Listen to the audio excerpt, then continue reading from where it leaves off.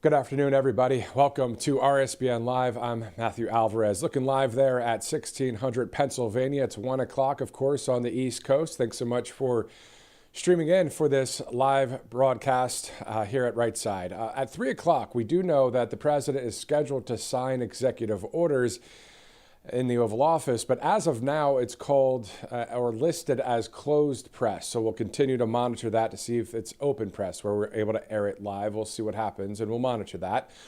In the meantime, speaking of the White House, they posted an epic Charlie Kirk legacy tribute video last night. Let's take a look. Good evening. My name is Erica Kirk. Charlie Kirk is my husband. Charlie always said that when he was gone, he wanted to be remembered for his courage and for his faith. Now and for all eternity, he will stand at his Savior's side, wearing the glorious crown of a martyr. Charlie loved life. He loved his life. He loved America. But most of all, Charlie loved his children, and he loved me with all of his heart. And I knew that. Every day I knew that. The evildoers responsible for my husband's assassination have no idea what they have done. They killed Charlie because he preached a message of patriotism, faith, and of God's merciful love. But they should all know this. If you thought that my husband's mission was powerful before, you have no idea. You have no idea what you just have unleashed across this entire country. In this world, you have no idea. You have no idea the fire that you have ignited within this wife. Oh, Charlie, you didn't deserve it. May God bless your family. The cries of this widow will echo around the world like a battle cry. People across the country are gathering, holding memorial services and vigils to honor Charlie Kirk's memory and his message. To everyone listening tonight across America, the movement my husband built will not die. It won't. I refuse to let that happen. It will not die. It will become stronger, bolder, louder, and greater than ever. Charlie, I promise I will never let your legacy die. I won't. I promise I'll make Turning Point USA the biggest thing that this nation has ever seen. Rest in the arms of our Lord as he blankets you with the words I know your heart always strives to hear. Well done, my good and faithful servant.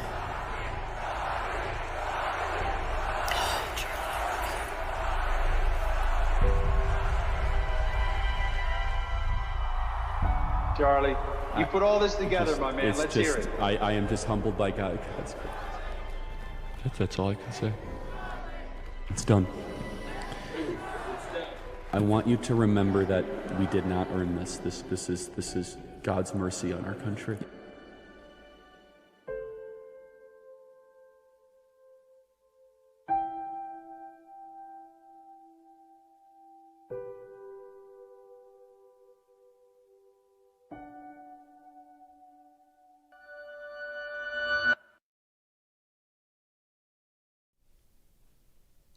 "48 hours from now, that huge event at the Arizona Cardinals Stadium. We'll be live there for it. That video, man, I watched it probably 8-9 times since last night, this morning a couple times. You know, it's just something that Summer Lane and I were talking about earlier as well, and that interview's coming up in a bit. But man, that's a heavy one, but it really shows the legacy of Charlie Kirk, but also that huge impact, not only in our country, but around the world. A lot to be said about that, but we'll get to that in just a minute with Summer Lane and others. Also, the U.S. Coast Guard, they posted a video this time of the Coast Guard arresting drug traffickers and seizing 75,000 pounds of cocaine on the open sea. Some of that cocaine could have fentanyl in it. Who knows? Take a look at this video from the U.S. Coast Guard.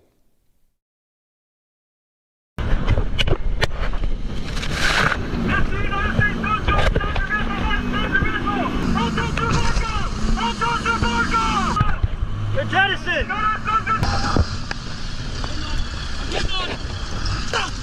going out! Get out! Come on! Get on the ground! Get on! Be slow! Get on! Be slow! Be slow! Be slow! Get on! Don't move!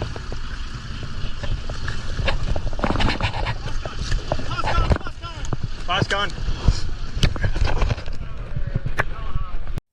You know, thank God for our U.S. Coast Guard out there. You know, we saw the other day, you remember that vessel out there based in Venezuela, but out in the open international waters. And we saw what President Trump and the team did with that boat. This time, the U.S. Coast Guard taking care of business there. And we love the fact that there's law and order happening in our country. We want more of it to, you know, keep Americans safe, but also for freedom as well. You know, our country obviously going through a lot over the past 9 days since we lost Charlie Kirk.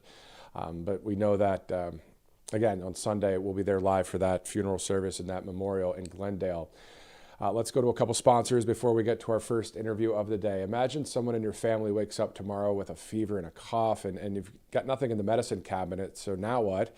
Well, flu season doesn't wait, and being proactive always beats scrambling at the last minute. So prevention is easier, cheaper, and gives you peace of mind. So why not stock up on the essentials like Tamiflu? There's antibiotics, antivirals, ivermectin, hydroxychloroquine, immune boosters, zinc, vitamins, and that's just the start. At RSBN, of course, we trust All Family Pharmacy, and so do families across the country. They make it simple to get the medications you need. Fast, reliable, and always with a doctor's prescription included. They have more than 200 medications, everything you need to stay prepared, all in one place. So you don't have to get caught off guard this flu season. You can visit All Family Pharmacy/RSBN, allfamilypharmacy.com/RSBN, and stock your medicine cabinet before flu season knocks at your door. So it's allfamilypharmacy.com/RSBN. The RSBN 10 promo code, 10% off there. Another great sponsor, Monetary Gold. Two banks, unfortunately, have already failed in 2025. And with $37 trillion in national debt, Monetary Gold says more failures, unfortunately, are on the way. And it's not fear-mongering, it's just reality. The banking system is built on quicksand, and every new failure threatens depositors, retirement accounts, and pensions. The government can't bail out everyone, and when confidence collapses, so does the system. So Monetary Gold tells us not to get trapped holding worthless paper. You can call that number you see there on your screen. You can also go to rsbnforthegold.com today, right there with Monetary Gold. It is 1:08 Eastern Time, Friday, September 19th. Matthew Alvarez here live.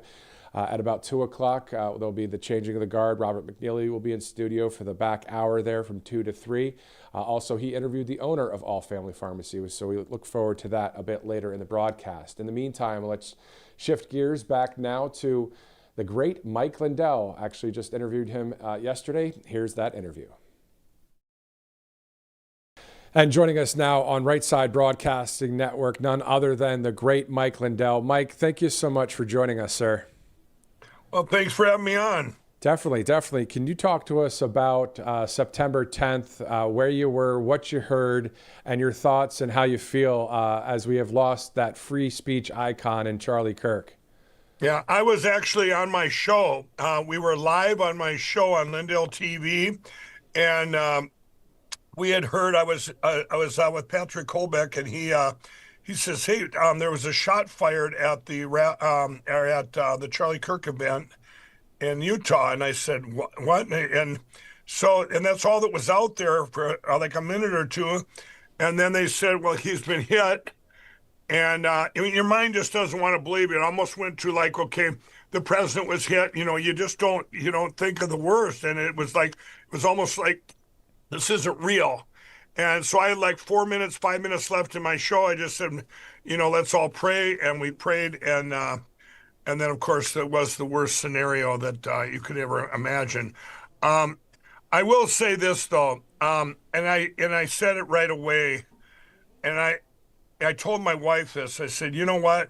God uses all things for good for those who believe, and I said, this will be historical for what it's going to. I said they tried to kill his voice, but you can't kill his voice. They killed him. God, he's with Jesus now. But look what's happened. I mean, it's beyond even anything I imagine. I'm watching get gatherings and and rallies like for Jesus all over the world. London, 2 million people, whatever. But I was seeing Australia, Korea. I mean, all these different places, Pakistan. I mean, all across the world, you have people being proactive and out there for the biggest revival for Jesus Christ in history, and then that I believe anyway. And then you see what's going on also on the other part is all the people, the evil, the people putting out there, that are losing their jobs. Jimmy Kimmel gone. I mean, all these instruments of evil. This has been a battle of a spiritual battle of good and evil, everybody. But all those voices, they're to be silenced. Everyone says, well, Mike, that's not right. There's free speech. You guys, it ain't free speech. When you're there, you can't go into a restaurant and scream profanity at the top of your lungs. You're going to get kicked out of the restaurant. There's a difference of free speech. And I hate to even compare it to something like yelling. These guys, there was a meme put out there where it said, these guys don't feel bad. You lost your job because of something you said. Charlie lost his life because of what he said.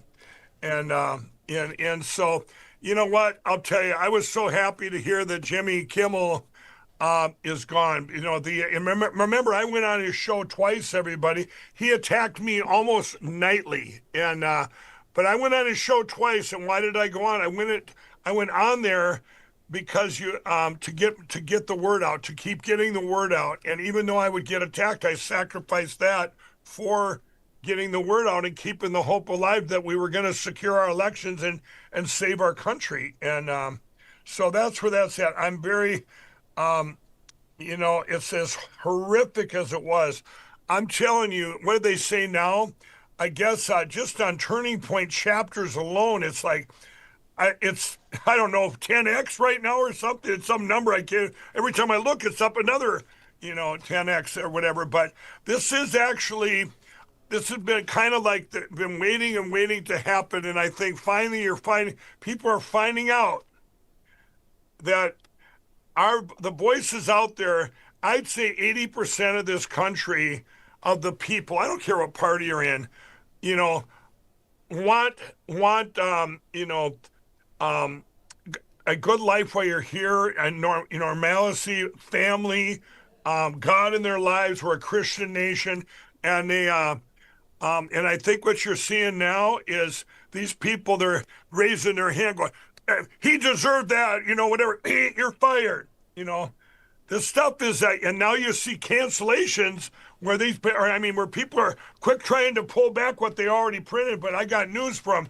I have two different outlets now, and I'm not going to name what they are, but they, where there's over right now, I believe it's upwards of 20,000 leads or people that posted stuff, hate, that they're going to go, and they're going to go after each and every one of them to put them out there because of what was said. Well, I mean, and to your point, I love that percentage. 80% of the country, right, would be, common sense on the right side of history, yep. And some could be, good-hearted Democrats that are a little indoctrinated, but they're not the extreme left, Mike, like we're seeing these people that have done that. So, what would you say to the extreme left at this point? I mean, is it, hey, you're evil and you better get saved?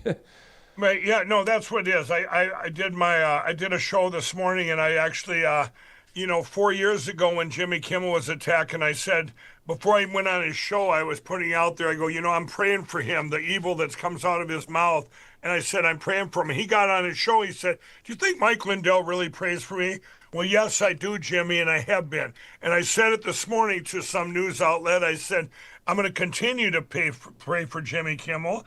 I said, and maybe this him getting fired now and let go, he'll have some time to himself where, hey, maybe, his, where every, can you, I guess, I always imagine, I don't care how evil or what's all in there, everybody can be saved. You just surrender to Jesus Christ, and that's it. And so I am praying for Jimmy Kimmel that maybe he'll have some time now, and not just be in his shtick that he's in all the time.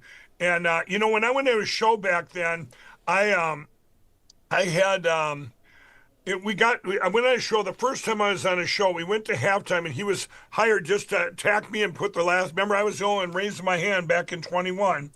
And when we went to a commercial break, he said to me, I said, Jimmy, we got to unite this country. What are you doing? All my evidence, all this is real. And he goes, I said, you did blackface, and they attacked you for that you did last summer. And he looked at me and says, well, Mike, here's the difference. I did something very bad. All you've done is back a man you believe in. In other words, he showed a little glimpse of some morality, of some common sense. But of course, and that gave me hope. That was 4 years ago. Of course, it wasn't there. It wasn't, and he had read my book. When I went on his show, he had read my book. So I thought, you know what? How do you read my book? It's the American dream. You go from a crack addict to getting saved and all this. And so I just think what I say to these people, I think it's more of the people, let's say you're not the extreme left, but you're on the left. I'm praying that not, a lot of them are pulling their stuff back, and they're sitting there. They have to see now. They're seeing now all the media and everything talking about our Lord and Savior Jesus Christ and talking about common sense. Remember, all that was suppressed before by the media. Evil has overplayed its hand because it was so far. You don't cheer on a husband, a father getting assassinated. I mean, it was so far-fetched evil that they overplayed their hand. Nobody can sit there and argue like, well, they shouldn't have lost their job because they wanted, telling Charlie deserved it, or you know what I mean? This is where we're at. So the people, that's where the great revival is. You have these people here that have they were just silent. They're looking around going, man, wow, maybe, who was Charlie Kirk? I think of this. Think of all the videos people have seen now, millions of them, because his thing was to sit there and debate someone. One of the best debates I've seen, which was Bill Maher and him, talking about whether God exists or not, whether God's real. I mean, that's viral. That's all over out there.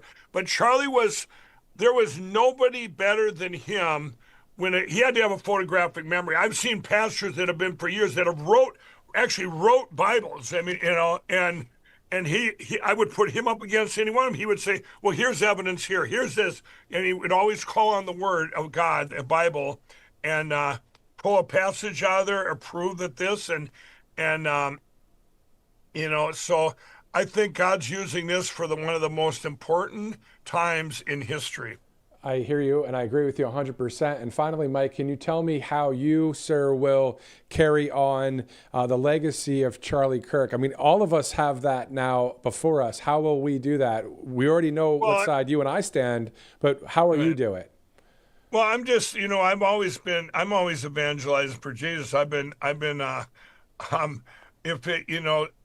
I just, that part's not going to change. And my thing that's not going to change, too, is my focus has been on saving the country and getting rid of the electronic voting machines and going to paper ballots hand counted, which, by the way, everybody, Dallas County in Texas, just yesterday, they voted to go to paper ballots hand counted. Now, it's going to be a massive fight, but this is where we're at. Our president wants to get rid of the machines, go to paper ballots hand counted, and what you're going to see over the next month, about 4 to 6 weeks, the stuff that's going to pour out of Washington that's so explosive. We've had this stuff all along, but it's even more so than that. When you're talking whistleblowers and stuff like this. So I think, I'm going to just keep doing what I'm doing, and I think it's going to be easier because more and more people, it's easier to get people going, come on in now. People that were on the fence going, I don't know. I don't want to, but not just blockers. I'm talking about people that don't know which way to go. And, so many people, you talk about like this transgender stuff going on. These people, like, they need some help. They've got to get help. And where they need, they need God in their life. They need Jesus. I mean, these are, and you're going to have, this is what I want to say now too, to everybody. This assassin, you can sit there and say, oh, he acted on his own and because he was with the transgender, blah, blah, blah. No, who's all responsible for this? I mean, you could go with the late night TV shows where they called him a fascist, a racist, a communist. Was that a part of it? All the media doing this for how long to attack not just Charlie, but many of us, including myself. Was that part of it? They know there's people out there that need help, right? And so when you put out this false narrative and all these lies and you spew these out, well, you're going to have crazies thinking it's the right thing to do, that they think they're helping something. And that's where we're at. And that's what's getting stopped now. If you remember, Jimmy Kimmel said he put out a direct lie too, not just bashing him. He said it was one of the mega's own. That's what he said. You put out a narrative. Now, if you only watch Jimmy Kimmel, you're going to go, wow, look, did you hear what happened? But you know what? The difference now that we didn't have just a short 4 years ago, everybody, we have all these other social media platforms now, where remember back in the day, you only had two, Zuckerbuck's Facebook and Jack Dorsey's crooked Twitter. Now you have all these Getter, Gab, Truth Social, Vocal, all these different ones. And we have more news outlets than just RSBN, which RSBN was a shining voice back then, where everybody else went silent with lawfare. So now our voice has gotten so much bigger. So that's where we're at. I just think you're going to see evil, but the scary part is evil knows they're losing and they're going down, and that's scary. This isn't just going to be an overnight, Yeah, no, that's a great point. And before I let you go, Mike, you're bringing up the securing our elections and no more machines and all that. Do you think that this is something that could be in place for the midterm 2026 election, or is this more of a presidential 2028 election? I just met with the president. It has to be before the midterms. By the way, I'm very serious about running for governor of Minnesota. I had said back in the day once I knew about the machines and what they're doing, I wouldn't run to be a dog catcher. But so many things are going to be in place before this like I just told you, Dallas County. The dominoes are going to fall now. 132 countries, everybody, have banned electronic voting machines.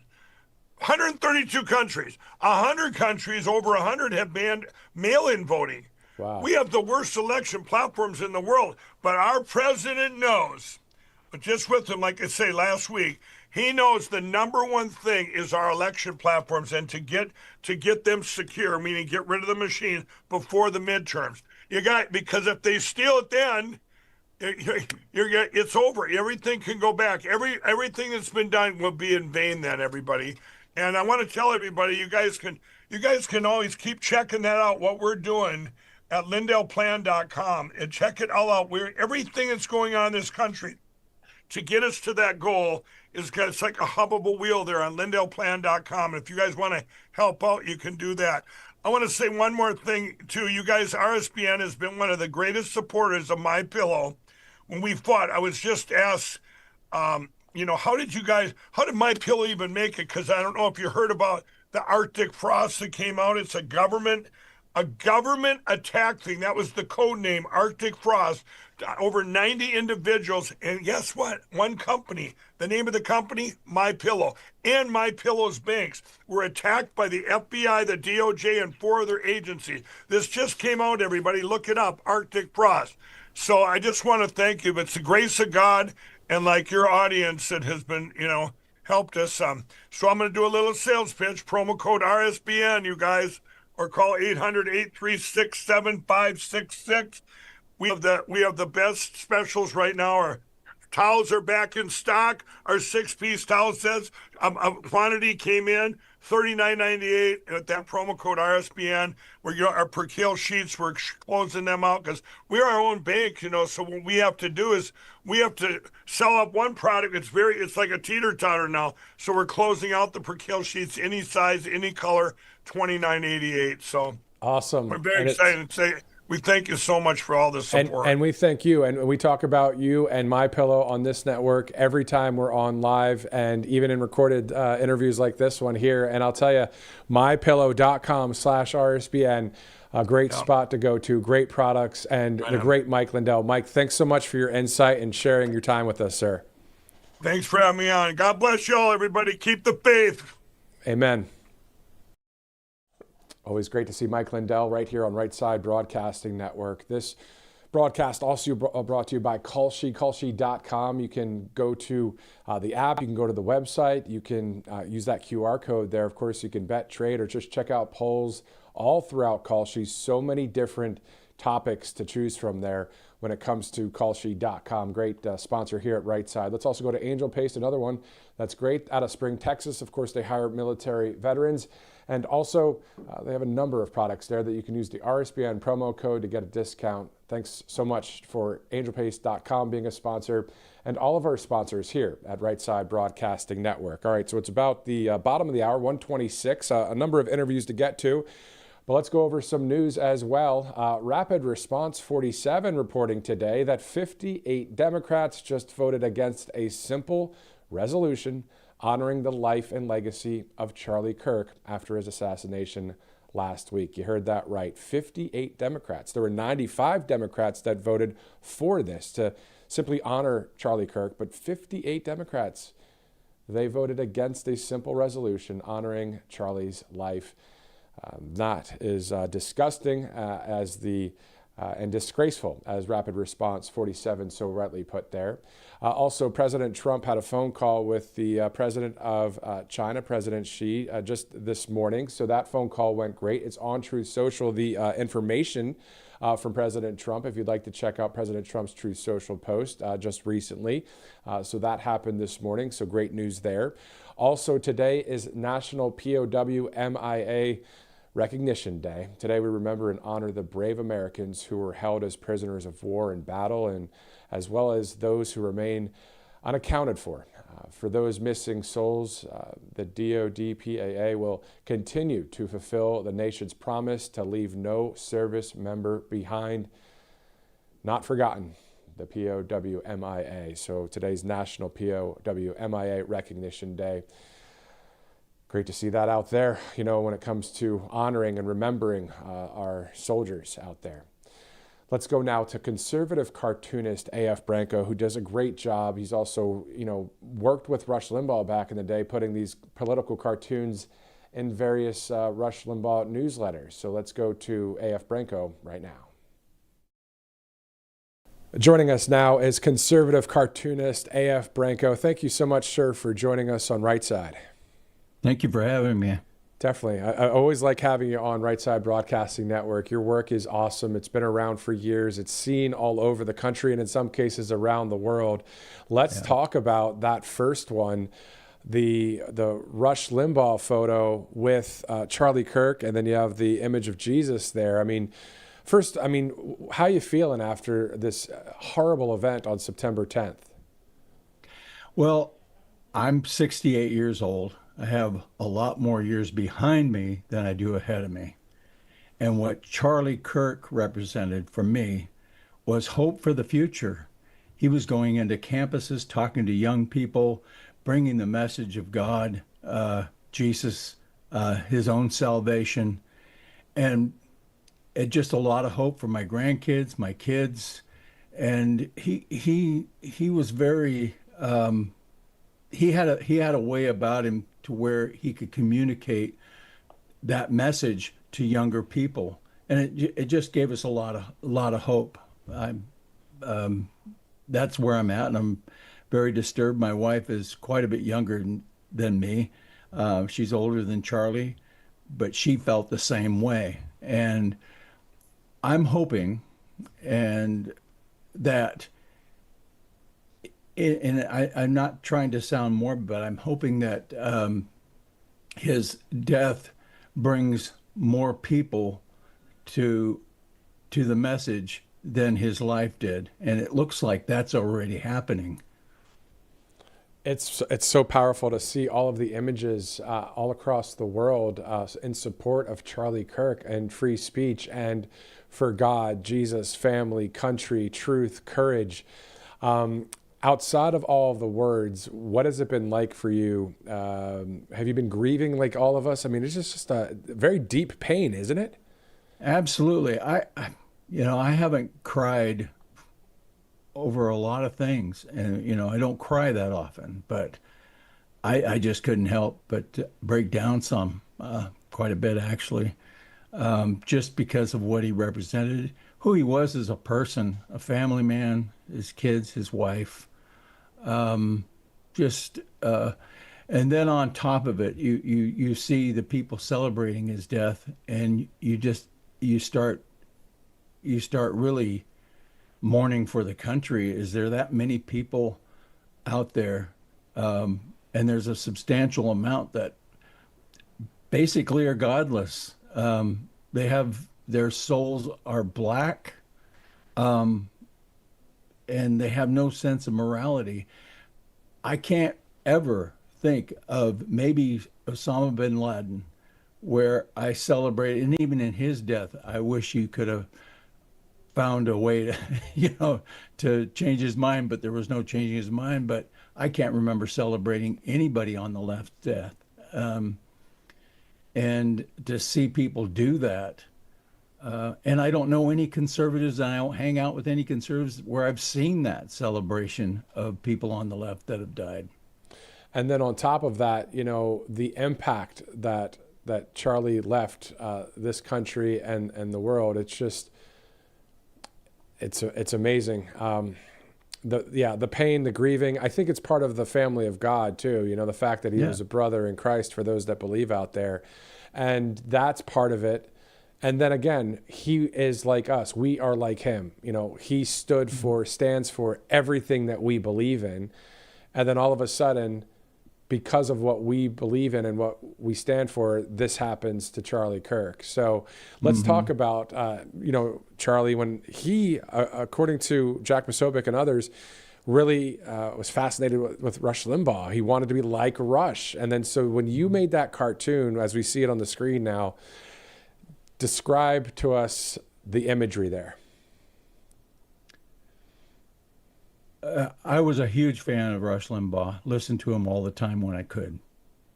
And one of the biggest highlights of my career was Rush Limbaugh started putting my cartoons in his newsletter. And, I had reached some pinnacles of success in cartooning, but that was probably the highest point I had reached. I was ecstatic at what he did. And I think it was Glenn Beck that said, Charlie reached beyond where Rush Limbaugh was. Now, Rush Limbaugh carried the football for all of us for a lot of years. He was the guy to go to get insight, and he had a great staff. He had Bo Snerdley there doing some work for him, and he had a huge staff that really went into it. But what happened when he passed away was everybody stepped up, next man up, and all of these podcasts and alternative media just started flourishing because people were hungry for what Rush Limbaugh was giving us. So in Rush Limbaugh's death, I think it exasperated the message tenfold. I mean, the alternative media is the go-to media now. The mainstream media is dying. And Charlie was a part of that. And Charlie not only is an announcer, not only is he a podcaster, he's a rallier. He's putting together these youth groups. So in a sense, Rush Limbaugh handed the torch to him and many others, and it's just shot through the roof, and I'm thankful for that. Exactly. And that's what it means to me. Yeah, it's a great cartoon there. And then you think of, Rush, you think of Charlie, you think of Andrew Breitbart, you think of many people out there that are on the right side of history and stood and still stand because, again, they're alive in heaven right now. And it's great to have that faith in God and that experience with God to know that that is true. And then, speaking of heaven, let's go to the second cartoon, Passing the Torch. What an awesome cartoon. Tell us about that one. Well, I was inspired by what I saw, all the vigils happening. If you contrast George Floyd with the riots going through cities, burning down cities, and people dying, and cops being killed, and precincts being destroyed, and then you contrast that with Charlie Kirk, and all you see is vigils, people praying, people coming to Christ. And that should be a stark picture of what our side is and what their side is. Their side is death. Their side is darkness. Our side is life. And moving forward with truth.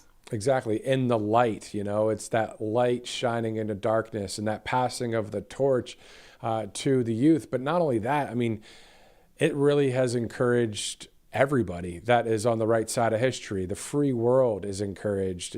People are turning to Jesus for salvation. They're reconnecting with God, in ways that we haven't seen recently. And he's a free speech icon. I mean, there's so many great things that are happening because of Charlie Kirk. Speaking of, great things, President Donald J. Trump recently talking about Antifa, saying they are a terrorist organization. Then all of a sudden, it worked out beautifully where putting what's under the rug of Antifa. Can you talk about that cartoon? Absolutely. They've been talking for quite a while about making Antifa a terrorist organization, because then that allows them to bring in investigators and look at the money, because these people are funded through a lot of money. I mean, an organization. So backtrack the organization, and I believe you're going to find a lot of critters in that rug. You're going to find a lot of people. You're going to be surprised at the amount of people that sponsor it. The only thing I would add to that is the mainstream media. I think the mainstream media ignore the death and destruction of Antifa, and they like to go into whataboutism. Well, the right does this. Well, I can't see it that way, because there is no right. One of the things Jack Posobiec said something about Charlie Kirk.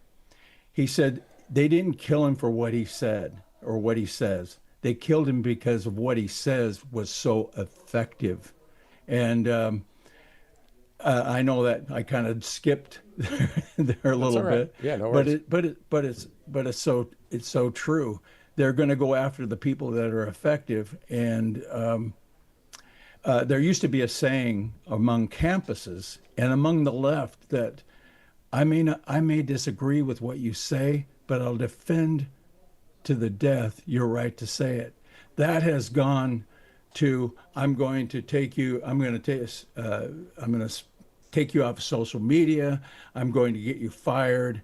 I'm going to eventually have somebody shoot you, and then on top of it celebrate your death. That's a long way away from fighting to the death for free speech. Exactly. I mean, it's unbelievable to see what happened on September 10th, but we know exactly to your point, the truth when it's like that is so effective. That's why, as you know, sir, for decades of doing great work, that the mainstream media to sway public opinion has always lied. They don't want the truth.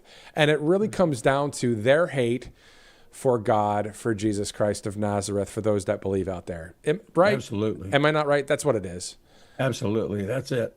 That says truth versus darkness. And they're very dark. And hopefully some of them will see the light, and get aware, especially after an event like this tragedy that we just saw. AF, before we let you go, just share with me just your thoughts moving forward right now. I mean, it's such a difficult time in our country with the loss of Charlie Kirk. Well, like most people, I've gone from anger to sadness to anger to sadness to wanting to do something. And I think that probably was the main inspiration behind creating the cartoons. I think, like I said, I hope that in Charlie's death, a revival happens. I've already seen articles where a lot of people are jumping off the Democrat Party because of this, because they have seen the rancid, dark celebration of Charlie's passing, and I hope that happens. I hope it's happening. I heard it's happening, so we'll see how it goes. Yeah, exactly. I mean, if somebody is indoctrinated in their mind, but they're a good-hearted person, see how that works? Isn't it interesting? You take somebody that just listens to the wrong people in any kind of industry over the years, as you know, and then you can get all wrapped up in all this and think that that's true, but it's actually the complete opposite of truth. Absolutely. But this event has shaken their so-called faith. And there are people that are coming to the right side of history, and it's great to be awake like you are, and like President Trump and others out there, the vice president, and so many millions of Americans across the country. Conservative cartoonist AF Branco, thank you again for joining us. Was there something else you wanted to share there? No, I think people are moving from woke to awake. Exactly. And that's a good thing to see. It is, 100%. Conservative cartoonist AF Branco, thank you again. We'll see you again soon. Thank you. Thank you. Always good to catch up with AF Branco there. Once again, AF Branco, the political cartoonist on the right side of history, a conservative. Speaking of conservative, let's go over a couple news headlines out of Washington, D.C. Today, House Republicans passed a clean government funding extension supported by President Trump. So radical left Democrats, they're trying to hold the government hostage to try and score political points in that case. Also, in other news, the FTC is suing Ticketmaster and its parent company, Live Nation Entertainment, for illegal ticketing practices that are driving up costs for fans. And finally, Taiwan just committed $10 billion in the United States agriculture buys over the next 4 years, including soybeans, corn, wheat, and beef, which will be a game changer for our farmers and our ranchers as we monitor some of the latest news that's happening out of 1600 Pennsylvania Avenue and Washington, D.C. In the meantime, let's go to one of our live interviews of the day. Let's go to conservative analyst TS Dixon and author. Sir, thanks again for joining us on Right Side. Hi, Matt. Great to be with you. All right. So first, your thoughts about the legacy of Charlie Kirk and what our country should do now. You know, Charlie Kirk is such a unique soul, such a unique person that, by the age of his mid-20s, he had built a multi-million-dollar nonprofit organization that was, by most people's estimation, the most effective advocacy group for conservative, Christian, Republican values and voting that the country's ever seen. I don't think anybody has ever been as effective with the youth vote as Charlie. I remember we used to have, some Republican clubs and things like that back when I was in college, and to have this TPUSA group with chapters opening up all the time all across the United States, and I think they have some international chapters. It was just incredible. So it's rare that you have such a young, successful man like that, and really a guy of values, standing up for conservative, traditional family and Christian values and living that out, promoting that against the grain to the culture in this, woke hysteria that our political left has been, going through, where they've been lashing out on it at him and others and coming after them and threatening them. And, he had this amazing amount of courage and bravery and didn't back down. He stood for his convictions and his faith in God, and he did that until his final moment. And so I just think he's just an incredible, one-of-a-kind guy. It's heartbreaking that we've lost him, but I think he's transcended. He's more than a man now. He's become a symbol to conservatives all over the world. Exactly. I mean, an icon of free speech to our country and to people all over the globe, to your point. And soon after that September 10th terrible event and tragedy in Utah, the White House Deputy Chief of Staff, Stephen Miller, recently said on X, quote, "The path forward is not to mimic the ACLU of the mid-90s. It is to take all necessary and rational steps to save Western civilization." Your thoughts? No, he's right on. He's right on. Yeah, this isn't about playing politics. This is not about left versus right anymore. That's the old paradigm.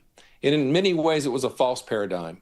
What we're up against is the people versus the establishment, an establishment that has grown thoroughly corrupt, ideologically captured, and do not hold the interests of the people in any regard. In fact, almost all of their policies 100% are against the people and against our greater interests as free nation states in the West.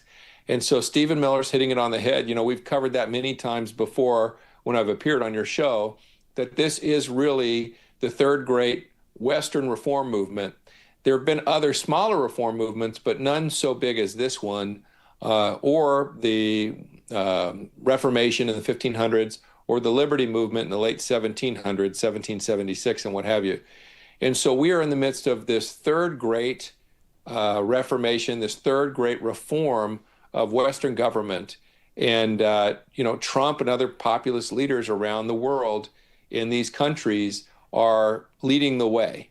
And so that's what we're really in the midst of. And it's easy to lose sight of that. It's easy to get lost in the headlines, lost in the politics, lost in the conflicts and the drama. But Stephen Miller's correct. We need to make that our true North Star and continue to work and strategize against that goal.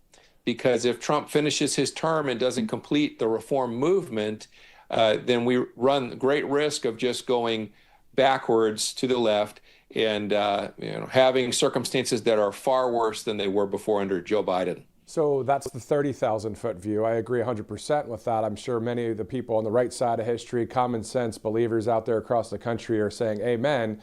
But what does that really look like? Does that mean the 20 core promises that the president promised the American people along with the RNC? And on top of that, let's just be straight up about it, prosecutions to those that have broken the law when there's actual evidence, maybe in the Russia hoax, to dismantle the deep state and obliterate the globalist, as President Trump said out of his own mouth out there on the campaign trail.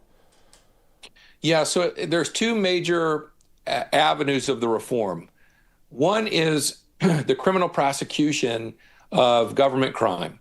And by doing that, that's how you dismantle the deep state, is by prosecuting the bad actors for their crimes and demonstrating accountability and creating deterrence for anyone else that would try to come in later after the fact and threaten to do the same type of things. They would know that they would be going to jail for the rest of their lives or worse. And so it creates that deterrence. And so going after government crime also exposes these finance networks and all of the scams that have been running. We started to see it with Doge. Doge was so meaningful and powerful, and you could see, you could tell because of the backlash and the vitriol and the flamethrowers that they were pointing at Elon Musk and Tesla. And so that's how you know you're over the target, when they are losing their mind, because it's the people financing these leftist organizations and movements that are at the top of the pyramid that don't want to be exposed, and he was exposing them. And so you would see that. And then the second point is to disable all of these money laundering and finance scams, all the way up to the Federal Reserve. You see Trump now starting to go head-to-head with the Federal Reserve and try to exert executive power, demonstrating, like the Supreme Court said, that they are a quasi-private institution. Therefore, they do not answer to the White House of the United States or the people.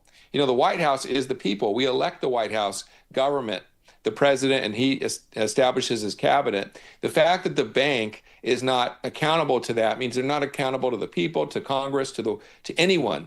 They are above all three branches of government. And so that's where the corruption, the theft, and the financial scammery is starting from the top of that pyramid and then flowing down through various NGOs, money laundering operations, war profiteering efforts. So that's the second one. I would say that the third angle of the reforms is to expose the corruption of these wars and all of that. They're basically giant money laundering operations for globalist institutions, for European governments, and for war industrial corporations. And so that would be, in my mind, the third prong of the reform that he would need to take on to bring peace, to put an end to these wars and expose the truth of what's really going on with the money. And so that, in my mind, if he can successfully complete those three prongs of the reform, this will be a lasting, permanent reform.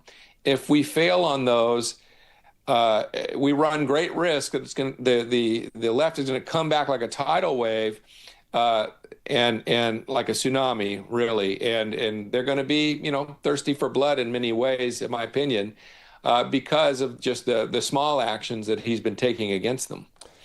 We have about 60 seconds left. I'd love to have you on for 4 more hours, to be honest with you. But in these next 60 seconds, I want to get your reaction to 58 Democrats. They just voted against a simple resolution honoring the life and legacy of Charlie Kirk after the assassination on September 10th. 58 Democrats. So your reaction to that? You mentioned being over the target. Well, Charlie Kirk, of course, was over the target. They hate Charlie Kirk because he was so effective, and his efficacy showed in the election of Donald Trump and the re-election of Donald Trump. Charlie Kirk had a major role to play in both those elections because he brought in those movements in the youth vote that was reliably Democrat, and he moved them over to Trump. So of course they hate Charlie Kirk and all that he stands for, or stood for, but everything that he represented, Christianity, conservatism, republicanism, constitutionalism, is the thing they hate the most. They're leftist, they're Marxist light for America. And this is the opposite of the things that they value and believe in. But not only that, not just the opposite, they hate, they loathe, they detest anything that's going to stand in their way of their social justice revolution movement to destabilize the country and to bring in Marxism either by drips or by, tsunami waves. And so that's how they feel. And they just expose their ugly nature, their violent nature, which I cover in the book, The Woke Mind Viruses, that liberalism is really not loving and kind, doesn't protect the little guys. It's violent, it's oppressive, it's sexist, it's racist, and it's genocidal. And so I cover all that. And we're now seeing, I think the public is seeing in a lot of ways, just how true that is. TS Dixon, thank you again for joining us, conservative analyst and author on Right Side. Thank you so much, sir. Thanks, Matt. Always good to hear from TS on the show here. Always good with insight and sharing so many truths and sharing that with the analyst aspect to kind of break down what's going on out there and those reforms that he's talking about as well. Before we get to the great Summer Lane, of course, you might see her work on Right Side Broadcasting Network. President Trump has retruthed her work a lot.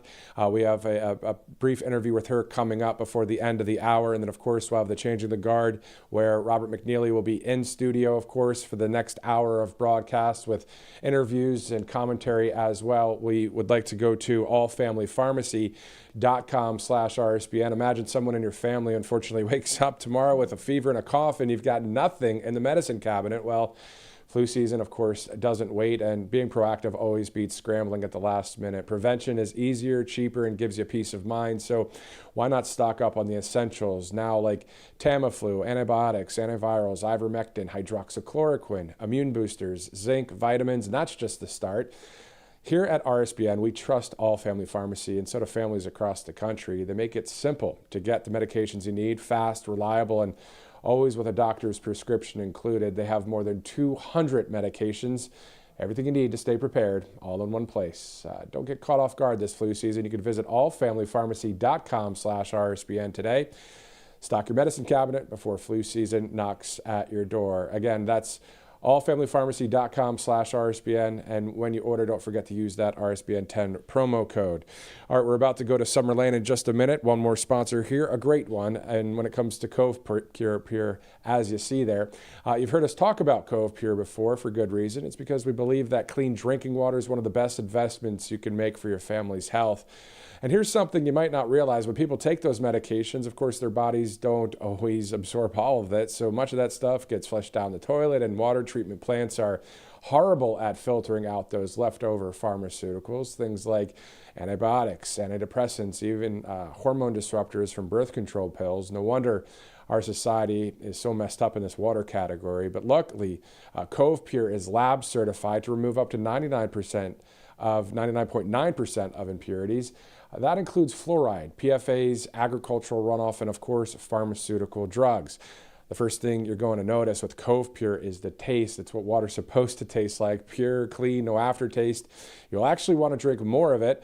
And Cove Pure makes it so easy. It sits on your countertop, no plumbers, no drilling. You just fill it up, plug it in, and you can even select whatever temperature you want, hot, cold, or warm, with a tap of a button. So, of course, you wouldn't want to take a stranger's drug prescription, so why accept their leftovers in your water? So you can protect yourself with the link below, covepure.com/RSBN. And for a limited time, you'll get a special discount of $200 off of Cove Pure. All right, so getting close to the top of the hour. Our final interview of this hour is with Summer Lane, of course, the great writer out there, the conservative journalist, and also you see a lot of her articles right here on Right Side Broadcasting Network. And then after this, we'll be going to Robert McNeely. And joining us now is conservative journalist and RSBN writer Summer Lane. Summer, thank you again for joining us on Right Side. Thank you so much for having me. It's an honor to be here. Definitely. Glad to have you again. So can you talk to us about your thoughts as we are more than a week since the late, great Charlie Kirk left us on this side of Earth? Yes, I think it's been a very difficult week for all of us as Americans. And my husband and I have been discussing, why does this hurt so deeply, the loss of Charlie Kirk? It's not, I mean, yes, he was young, and that is a horrible tragedy, and he leaves a family behind, and that's a horrible tragedy. But I think it is because for us who are believers, we are one in the body of Christ. And I think that we feel that pain so acutely. I think it's just a really special circumstance. Charlie Kirk was, in my view, the very definition of a martyr for his faith. He was murdered for what he believed in, and his beliefs were directly informed by his biblical worldview. That makes him a martyr. And so I think for those of us who are believers, we feel that pain very deeply. And for those who are not believers, I think they look at the example of Charlie Kirk's life and go, man, that guy, he lived such an amazing life. He seems so joyful. This seems so wrong. It's so grotesque. And so it's drawing them closer to the truth. It has a massive impact on this country. And I think, if anything, Charlie Kirk's legacy is one that will draw people closer to searching for the truth, which is rooted in the gospel, you know? Exactly. That's exactly what America has been feeling. And I had the same discussion with my wife about the grieving and the pain that we felt like a family member, but then it's not like a family member. He is a family member. And exactly to your point, a brother in God's family, a brother in Jesus Christ. And that's why a number of people across this country and around the world have been grieving, but also, again, standing for the fact that he is a free speech icon now. So your thoughts about that impact for freedom? Yes. I mean, Charlie Kirk was literally the free speech guy. He was the one that would say, when we stop talking, that's when violence breaks out. Of course, I'm paraphrasing, but that was the idea that he constantly talked about. So for him to be taken from us in such a violent way, it's very traumatizing. It's very evil, quite frankly. It's an evil thing. But he was an incredible example of giving a defense to everyone who asks you to give an account for the hope that is in you. And that is a verse from 1 Peter, I think 3:15. And he was an excellent example of that. Again, going back to how his biblical worldview informed his politics. And then he utilized his First Amendment rights to speak the truth, not your truth, not my truth or a truth, but the objective truth. And I think that evil people, evil forces, they shrink back from that. That's so powerful to speak the truth. He was a truth teller, Matthew. And so that is why I believe he was targeted because he was doing what God called him to do. And few of us have the courage to go out and speak truth like that. And I believe that his legacy will inspire everyone to go out and speak the truth in love, right where they're at. And we kind of see that all over the country with these kids uploading videos and saying, hey, I am Charlie Kirk. He was murdered for the same things that I believe. And now I am infused with a new boldness, a new sense of courage. What an incredible impact that Charlie Kirk has had, and what a legacy to leave behind for his children, and also for all of the kids in America growing up, the youth that he's so deeply connected with. Exactly. Great point. And then also globally too, for those that love freedom across the planet, hopefully, Christian, but also those that don't believe in Jesus. I mean, at the end of the day, we're looking for freedom to reign throughout this whole earth. And we know that where the Spirit of the Lord is, there is freedom. So for those of us that are Christian, yes, we hope that more people become Christian, but outside of that, still, again, that aspect of freedom is awesome. Did you get a chance to see the White House tribute video of Charlie Kirk that they put out last night? Yes, I did watch that. And I thought that I was good. And then I watched that and I started crying all over again. It was very, very deep and moving. I had my daughter watch it. She's 6 years old, and so she doesn't really know a whole lot of what's going on. But she asked me, Mommy, what did Charlie Kirk do? And I said, he was a truth teller. And he was a truth teller. And he did what was right. And she asked me, well, how did he die? And I said, it doesn't matter how he died. It mattered how he lived, So that was a beautiful video that really, I love that they used the words of Erica Kirk from her remarks that she delivered last Friday. So powerful, truly, as she described it, a battle cry. Cry, Exactly. Yeah, I've watched it several times. I listened to it on the way in to work before interviewing you this morning, and same here. There's a healing aspect to it, and to really sum up in that 3-minute video, the global impact as well. I mean, it was just a perfect tribute, as are all of them out there. And then your thoughts about Sunday coming up. I mean, Arizona is going to be quite the event for Charlie Kirk.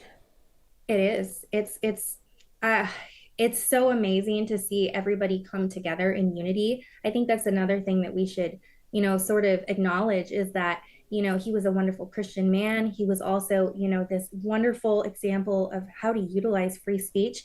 And because of how he combined all these different aspects, people are unified from all walks of life, all faiths. They want to pay tribute to his life. And I think it is beautiful. I think it's a moment for our country to come together. I remember what it felt like in the wake of the 9/11 terrorist attacks, and how people wanted to unify and hold fast to each other, to comfort each other. And while the 9/11 attacks were horrendous, the aftermath of it was something very, very beautiful. People coming together as one people in this country. And I kind of see that very much so in the death of Charlie Kirk. People are coming together, putting aside their differences and being like, hey, we're all human and we all want to be free.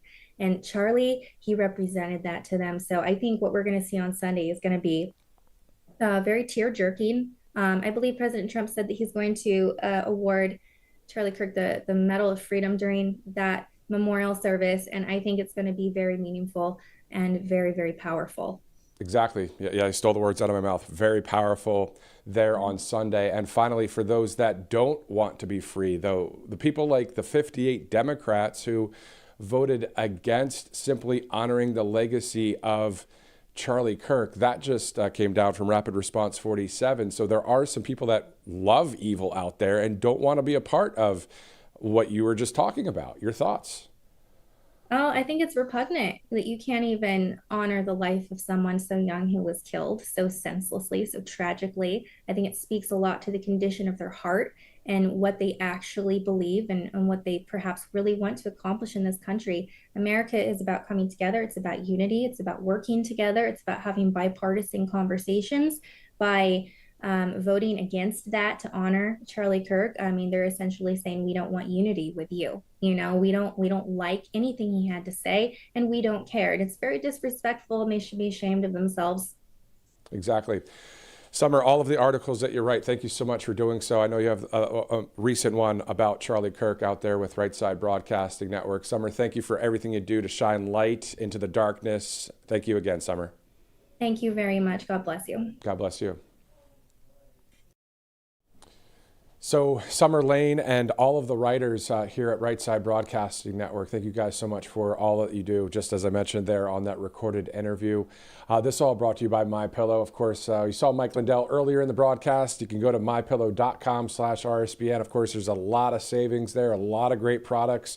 All you have to do is go to mypillow.com/RSBN to save with that code RSBN. Also, speaking of Right Side, if you'd like to donate to the network, all you have to do is go to that website there, rsbnetwork.com/donate, or text RSBN to 801801. Let's now go to RSBN host Robert McNeely. He recently interviewed the great owner of All Family Pharmacy, Michael Kunzler. So let's go to that right now. And welcome back to Right Side Broadcasting Network. Live in Studio A, Michael Kunzler, the co-owner of All Family Pharmacy. As flu and COVID-19 seasons approach us, even though fall football season's so much fun, but you have the sickness right around the corner, what are these recommendations you give to customers at All Family Pharmacy to make sure they're ahead of the curve and for households to be advance of any kind of disruptions that might throw off work and school schedules? Yeah, so flu season gets obviously extremely busy for us. This is kind of where we started, was flu, COVID, specifically COVID. But the flu season, is very similar to COVID, right? It's same variants, same season, same year. We see a lot of flu patients. We have a lot of Tamiflu. This is my number one recommendation, is Tamiflu.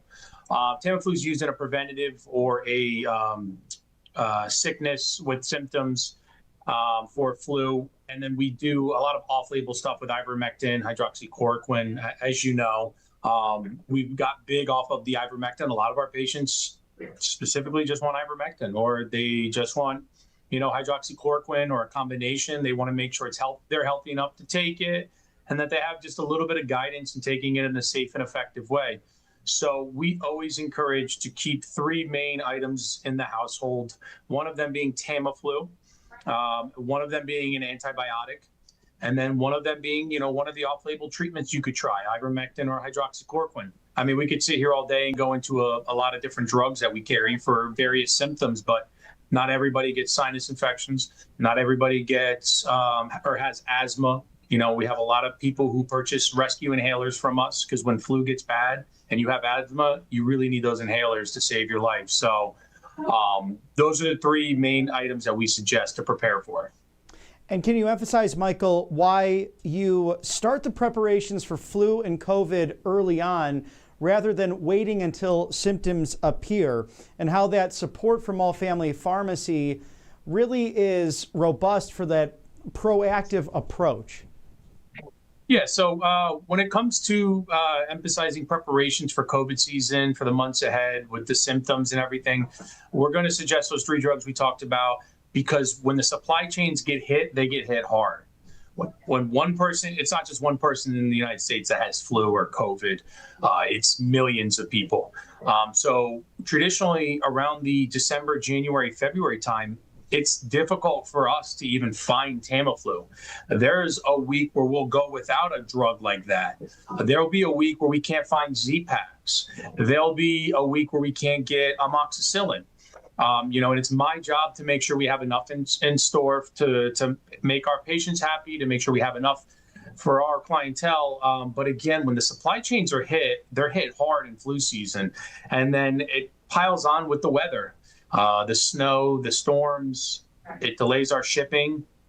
It makes things very difficult to operate in those months of the year because of that. So we encourage our patients to go ahead and purchase ahead of time, so you're not stuck waiting for your medication that's stuck in Memphis, Tennessee because of FedEx, or at your local distribution center and there's a snowstorm and they refuse to deliver for 2 to 3 days, which, for good reasonings, but it's unfortunate for those who need it. So we're going to always encourage to prepare, be ready for those reasons.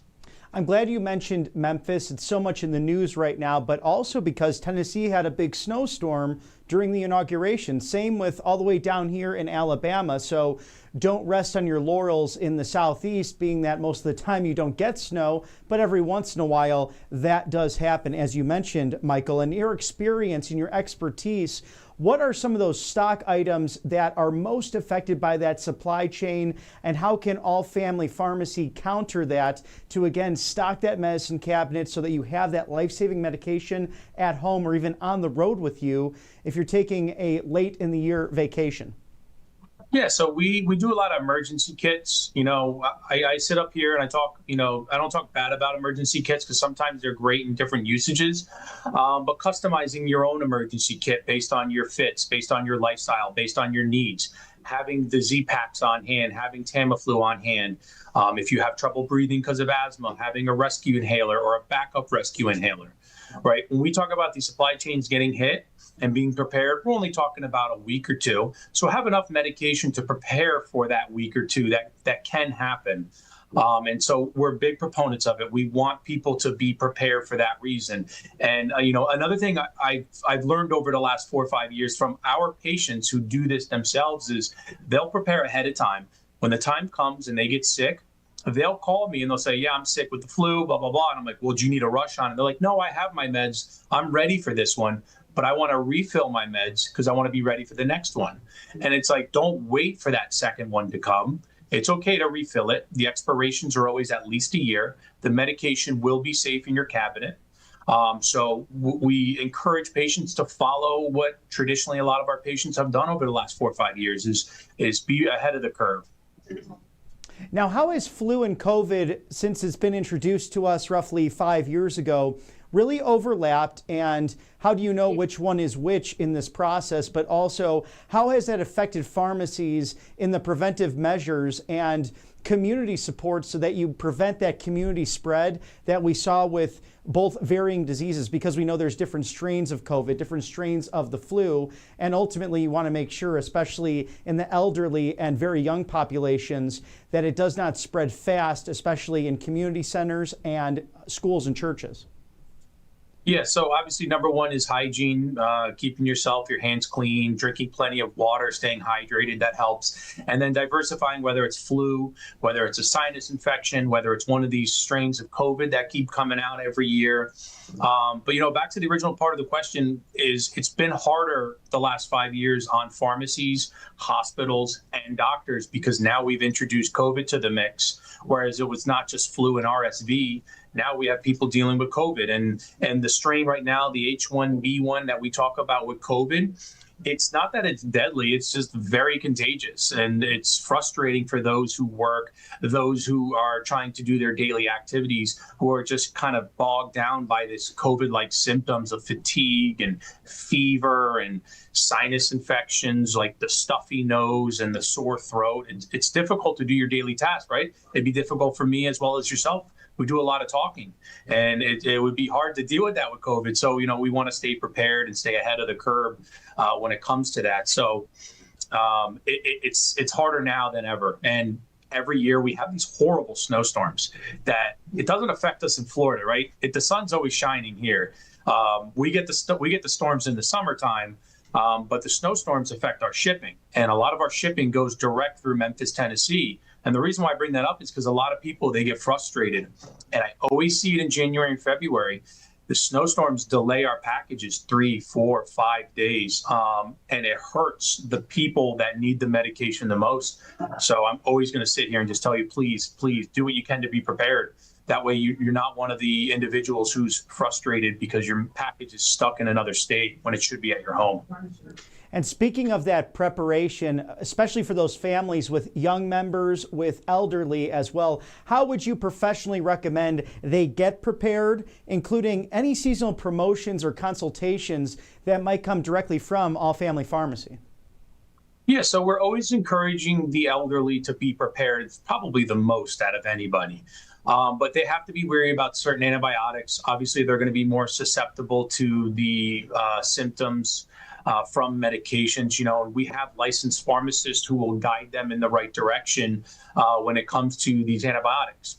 We need to differentiate whether it's influenza, whether it's COVID, whether it's just a bacteria infection, just a common cold. We have trained professionals on staff that'll help. We have a team of doctors. But ultimately, if you want to get tested and you want to go through that for the elderly, we're going to suggest that for the elderly to differentiate what it is. But unfortunately, with flu, sometimes it takes 7 days to figure out it's influenza without a true flu test. And sometimes putting yourself through that frustration of doing it kind of puts you in a liability yourself, because everybody around you could have influenza and you could be the one without it. So we're always going to tell you to be prepared with the medications. And again, Tamiflu doesn't hurt to take it in a prevention. It could only help the elderly. You take, I think it's just 1 capsule a day, and obviously our pharmacist will recommend it, but 1 capsule a day for 10 days if you feel like you have some symptoms. And if you test positive for influenza, it's 2 capsules a day for 5 days, and it'll shorten the duration of it. It's a cheap and effective medication. It's been around for 40, 50 years. Looking at past seasons, especially during the winter time, how have you seen things evolve, especially at All Family Pharmacy, in order to better service customers with this time of year coming right around the corner? We're just weeks away, really, from winter, sadly, but we're going to enjoy fall. But again, it does come with the flu season, so good to be prepared. Yeah, so we do a lot of these segments where we encourage our patients, with our advertisers, to be prepared, to fight the curve, to beat the curve. We're going to continue to advocate, do it on social media, do it on our advertisements, and, do it over the phone. Why wait to be sick? Be prepared, get it ahead of time. But on an operations side, I do a lot of the purchasing, I do a lot of the negotiations, and we sit down with our wholesalers and we tell them, this is what we need, and we need this on a weekly basis. And they have to provide that. That's part of doing business here with All Family Pharmacy. We're going to give them, great business because we have a lot of patients who are looking for these drugs. But what they have to do in advance is they have to provide us with the medications. And so with these standing orders, it allows their warehouses to hold more medication specifically for our pharmacy. And then when it arrives at our pharmacy, we're ready to go. In the past, we never had this stuff. We were always running out of medications and we couldn't keep it on hand. So I think that's something huge. And that's a thank you to the patients who have helped us get to this point, right? It's because of them that we can order this amount of medication at this point in our existence. But, stock up due to high demand. It's going to be a crazy winter, just like last year. And that's because of COVID and, all that other nonsense that happened 4 years ago. Now, please share with us through allfamilypharmacy.com/RSBN any special deals and how people can get this life-saving medication within 2 to 3 days, if not sooner, right to their doorstep by ordering today. Yeah, so they can use RSBN 10 coupon code, 10% off their order. We have a lot of coupons we'll randomly come out with, we'll throw out there based on what we have available. We're creating a Substack, and we are highly encouraging our patients to sign up for the Substack. The Substack is going to be written by our pharmacist. We just hired a pharmacist/doctor with a PhD. She's going to be writing some of our Substacks, and this is information that we're going to provide free of charge. We're not charging for this, and this is going to help specifically the elderly, but every American, how to differentiate flu and COVID, what to do with antibiotics, a lot of our biohacking medications, when we're using off-label meds like ivermectin for cancer, safe and effective routes of taking it, why they're taking it, what people are doing during the course of it, what it's safe to take with, whether it's chemo or some other drugs. So we have a lot of information. I'm sorry I'm flying through it because we're creating so many different Substacks through our medical providers that we're going to provide free information so that our patients can go and, when they have time, read about it and be informed because that's what we want them to do. It's an exciting thing. It's breaking news, and it's allfamilypharmacy.com/RSBN, your go-to online pharmacy to fight back against those PBMs, but ultimately to take care of you and your family. And we're grateful to you, Michael Kunzler, co-owner of All Family Pharmacy, for joining us once again on Right Side Broadcasting Network. Thank you. I appreciate the time. Always great to hear from Michael Kunzler, the co-owner of All Family Pharmacy. I'm Robert McNeely. Pleasure to be with you on this Friday. Thank you to Matthew Alvarez for extraordinary coverage this morning. The latest from the Trump White House. Thank you to Monetary Gold. It's wealth, it's security, it's taking care of those retirement, pension savings, everything you need in order to make sure that your hard-earned money stays in your account. We know that Robert Kiyosaki, speaking on this very issue, two banks failing alone in 2025, mixed with the fact that $37 trillion in debt from prior administrations that this one is dealing with right now, reshaping the entire global trade structure, especially with the use of tariffs. Grab your complimentary presidential gold guide now for wealth security preservation. It's a presidential gold guide right there for you with that handsome 45th and 47th President of the United States, a gentleman, Commander-in-Chief. Call today. Don't delay. It's 800-476-7790. Ask how to eliminate your annual IRA fees for life. It's RSBN forthegold.com. And again, visit RSBN forthegold.com for monetary gold. Kalshi.com/RSBN, a great way to trade and bet on what is happening in the American ethos. Who will win that Nobel Peace Prize? Oswald Norway's premier award for doing just that, providing peace. President Trump has helped solve 7 different conflicts, ongoing conflicts in many cases post-World War II, things that you would not necessarily hear in the American media or even the BBC.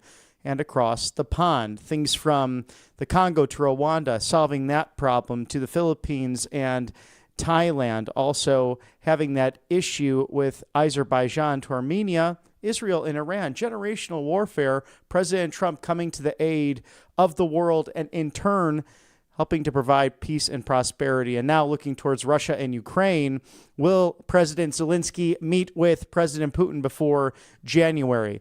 Scan that QR code now. Who will win the World Series? The Fall Classic right around the corner. Trade on anything. Kalshi.com/RSBN. And the United States Senate designating October 14th as Charlie Kirk Day. And that would have been his 32nd birthday upcoming. So thank you to the United States Senate honoring the life and the legacy of an extraordinary man who we will be celebrating as well this weekend in Phoenix, Arizona. We will have our team going out there for unbridled coverage for you to have access and viewing of the memorial service and funeral of Charles James Kirk. It will be a moving day. It will be one that is marked by a man who truly understood citizenship in a republic. He was the man in the arena, and it did not matter the critic, and that's not who ultimately counts, as President Theodore Roosevelt once told us. It's the man who's marred by sweat, blood, and tears. It's the man in the arena. It's congressmen like Wesley Hunt, who went to West Point and lost countless numbers of his fellow Black Hawk pilots in Operation Iraqi Freedom and Operation Enduring Freedom in Afghanistan to defend the world from radical Islamic terrorism, volunteering to go there after graduating from the United States Military Academy. Not a small feat by any means. We have a warrior ethos within the MAGA community, and we've seen that on display by vigils throughout the country, at churches, on public steps, the halls of Congress, the Kennedy Center, to right here at Auburn University, with countless others continuing tonight and through the weekend. We have a quick House press gaggle to get to with Speaker Mike Johnson, so you can see the latest on what's taking place with the 119th Congress. We're going to hold just a moment for that as we do cover the latest from the Trump White House, inside and outside of the Beltway. And we look forward to bringing you again this weekend coverage of that celebration out in Phoenix, Arizona. So we hope that you join us for that. And we hope you have the opportunity to go maybe somewhere in your neck of the woods. I know tonight in Athens, Georgia, the Turning Point USA chapter at the University of Georgia, the Bulldogs, holding a vigil in honor of Charlie Kirk. And again, last week for our special coverage, you saw right here at Auburn University. Countless campuses to countless, again, churches and public arenas where this life and legacy of an extraordinary man being celebrated over the course of the last week and a half. Sad days, but hope at the end of the tunnel in carrying out a legacy which will never die. Now back to that press gaggle from the House for your viewing pleasure on this Friday, September 19th. Here we are again. Let me just say a couple of things this morning, and we'll take a couple questions. As Speaker of the House, it is my responsibility to lead the House of Representatives and to do what is right by the American people, and that's what we did today in two very important votes. The first was a common sense, very reasonable, nonpartisan effort to keep the government open. This is a very short 7-week holdover of government funding. We are going to allow more time for the appropriations process to continue. We have been working very hard here to get appropriations back to some semblance of regular order, and I'm proud of the work that the House has done, having passed 12 separate appropriations bills as the system is supposed to work, 3 off the House floor, 3 off the Senate floor. We voted to go to a conference committee to resolve the differences between those bills and to keep this process going. So the responsible thing to do was to keep the government open to allow a little more time for that to happen. So we put a short-term, very clean CR on the floor today that will allow just that. We did it early enough to allow our Senate colleagues to process this. Unfortunately, we didn't have, I think we only had one Democrat come along with us on that, and that's shameful in my opinion, because we could have turned this into a partisan measure, and we chose not to do that. We're trying to operate in good faith here. Now, Chuck Schumer and the Democrats issued a counteroffer, and the counteroffer is filled with poison pills and partisan demands that will break the system down, and Chuck Schumer knows that.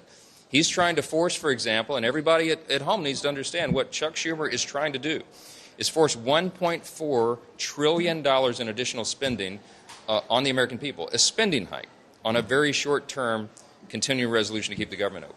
He also wants to make sure, he wants to reinstate health care to be provided free by American taxpayers for illegal aliens. We're not going to do that either. He also wants to add $500 million to prop up left-leaning media organizations. We're not doing that either. Chuck Schumer chose to try to make this a partisan exercise, and Hakeem Jeffries as well. And it's wrong to do that. And so if they choose to vote against this clean, completely nonpartisan CR, then they will be choosing to shut the government down, and they will owe the consequences of what happens following that. So I think it's a very shameful turn of events. I hope they do the right thing, and Schumer and the Democrats in the Senate have an opportunity to do that. Everybody in America can see what happens with it. The second vote we took here was also the right thing to do. We passed a resolution to honor the life and legacy of Charlie Kirk, my late friend, the friend of so many in this chamber, and we called out political violence in America. In fact, I want to read with you the final line of this resolution because I think it's something that the American people are eager to hear. It says this, quote, "The House of Representatives calls upon all Americans to reject political violence, recommit to respectful debate, uphold American values, and respect one another as fellow Americans." Sadly, a number of Democrats could not bring themselves to vote for that. You know, we have to let everybody make their own judgments about that. I just think that the resolution and the clean short-term CR were the right things to do today. I think it does right by the American people, right by our system, and I think everybody will recognize that. I'll just say this. The ball is in Chuck Schumer's court. I hope he does the right thing. I hope he does not choose to shut the government down and inflict pain unnecessarily on the American people. I hope that they will vote on this clean short-term CR so that we can continue the work to get our appropriations done. I'll take a couple questions. Yes, sir. Will you consider meeting with Schumer and Jeffries before October 1st, shutdown date? And why haven't you done so far? I'm always open to meeting with anybody to get our work done here, but there wasn't really much to discuss with Chuck Schumer because he decided and announced a while back that he was not going to go along for a clean short-term CR. Now remember, he's always voted on these in the past. He's never had a problem with it ever before. But now suddenly he does, and there's no rational reason for him to do so, so there wasn't much for us to discuss. Now I do talk with Hakeem Jeffries, the Democrat leader here, routinely, regularly, and he and I have had a lot of discussions about this, and I encouraged him to tell his folks that they should do the right thing so that we can continue in a bipartisan fashion to get the government funded. And they've chosen a different route, and I hope in the Senate they make a better decision. Yes, sir. In the event of a shutdown, are you open to negotiating with Schumer and Jeffries, or are you just going to wait out to see if they pass? I mean, if Chuck Schumer's negotiation is that he wants to add $1.4 trillion in new spending, the answer is, heck no, we're not doing that. And we're not going to pay for health care for illegal aliens. That's against the law. We're not doing that. They're not being reasonable at all. A short-term CR is not a partisan exercise. We could have loaded this up with partisan provisions, but we're not doing that because we're governing in a responsible manner. I hope Chuck Schumer and the Democrats in the Senate will do the same. So we'll see. There was some talk about maybe the House leaving after today until after October 1st, the deadline. Do you plan to bring the House back next week, later, if the Senate doesn't pass this? We haven't made final decisions on that. There's a lot of discussion about it. The members have a lot of work to do in their districts as well, and so we're always trying to balance those interests, work here and work in the district. We'll figure that out. But I'll just tell you, if Chuck Schumer intends to shut the government down, I don't see an easy route out of that, and there's going to be a lot of pain, and a lot of people will suffer from that unnecessarily. Think of it. We would not be paying our troops at a time of very serious conflict around the globe. And we could go down the laundry list of things that would happen, and I hope they don't do that to the American people. Thank you all so much. So imagine this. You have a cough or a fever, or someone in the house has that, and you don't have your medicine cabinet stocked and ready to go. I mean, what a shame would that be as flu season comes around the corner. So flu season prep, so important with All Family Pharmacy. This is the go-to online pharmacy that's making a massive difference for the American people, from Tamiflu to antibiotics, antivirals, antibacterials, also 200 essential medications that you can have right there at home. Emergency medical kits, also ivermectin, hydrochloroquine, NAD+, methylene blue. I can go on and on about the great life-saving medications from allfamilypharmacy.com/RSBN. Prepare your medicine cabinet before that flu season. allfamilypharmacy.com/RSBN, code RSBN10. That's RSBN10. Get 10% off now. Scan the QR code there and be stocked up with these life-saving medications. Very smart to do. Angelpaste.com as well. It's the vitamin B infused miracle cream, the original that started it all. Non-GMO, no chemicals. Also an orange option that is vitamin C infused, no chemicals. And again, a non-GMO, wonderful product. Sometimes you get those lotions out there and they have all of these goofy different ingredients that you really don't recognize. Not with angelpaste.com. They're Christian-owned. They hire veterans. They're out of Spring, Texas in the Houston Metroplex, an extraordinary company right off the Gulf of America. They also have a natural mosquito repellent. Still warm in some parts of the country. It's getting up to the 90s here in southern or eastern Alabama, and you can still have those flying pesky bugs coming around you in the late summer, early fall months. There's also a natural facial spray. So check out all of the great products at angelpaste.com, the miracle cream making a difference for households across this country. And they're great patriots as well. So thank you for your sponsorship here on the right side of history, as this Friday, September 19th, marked by a couple of weeks that have been very sad in the United States. But there is always hope around the corner, as we're joined by the Daily Caller's Ashley Brassfield. Tell us, Ashley, about what's going on Capitol Hill. We saw that the House is passing this CR. The Senate might take that up as well. We know on the Senate side, they're honoring our late friend Charlie Kirk on his upcoming, what would have been his 32nd birthday on October 14th. But it seems as if the Democrats do not want to play ball. Absolutely. Well, over 50 voting no, of course, on that resolution we saw this morning in the House. And of course, with the Senate, hopefully we'll see that resolution be passed, of course, honoring, the late and great Charlie Kirk. And that is what he is.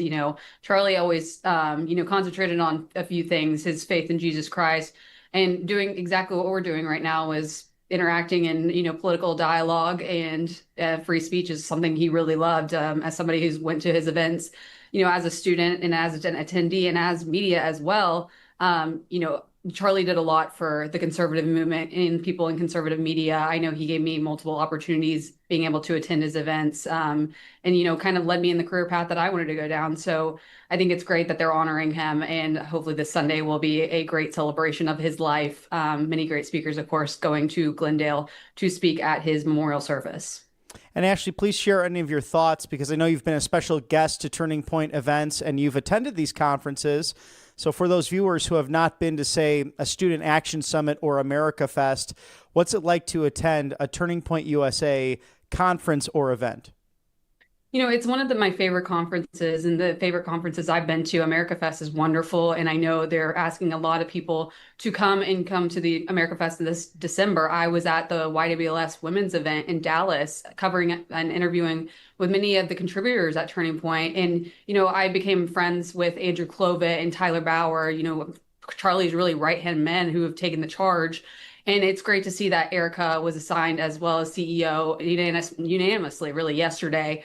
And so I think those people really just show the type of character that Charlie had. The people around him are a great example of that, really. Andrew treated me extremely well, same with Tyler. And I've actually met Erica myself, and she's just as great of a woman that everybody saw when she made that speech shortly after her husband's death, and what, you know, powerful words she said.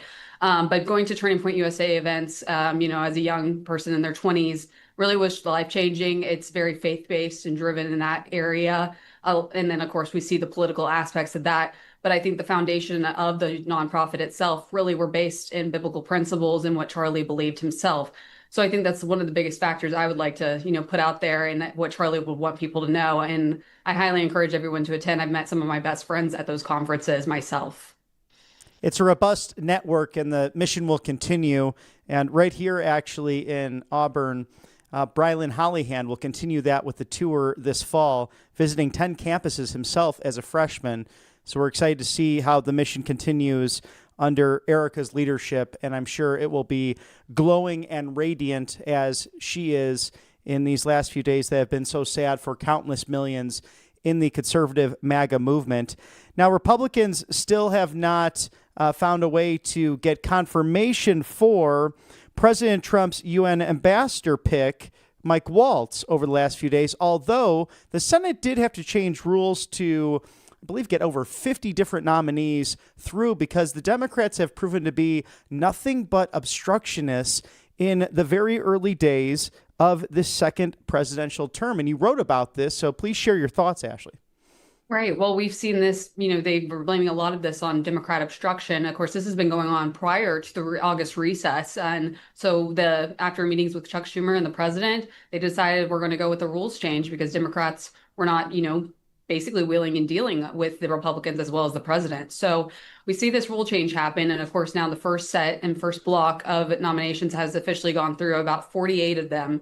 And now we're hearing today that there is going to be another block submitted by Majority Leader Thune of 108. But of course, there's been two nominations that have actually been looked at to go through this week. The first being Stephen Miran, who took a seat at the chair in the Fed before the meeting occurred on Tuesday. He, of course, was the chairman of the White House Economic Council. And of course, the well-known Mike Waltz, who will be the nominee for the UN ambassador, and those meetings start Monday. So there's a huge push to get people in those positions prior to these huge meetings. Having a representative, of course, at the UN for the United States is a priority. And I spoke to the White House yesterday, and they say it is top priority for these presidential nominees to be done as soon as possible. I've spoken also to the State Department regarding Waltz's nomination, and we actually are hearing reports today that Waltz will be officially confirmed at this afternoon at some point.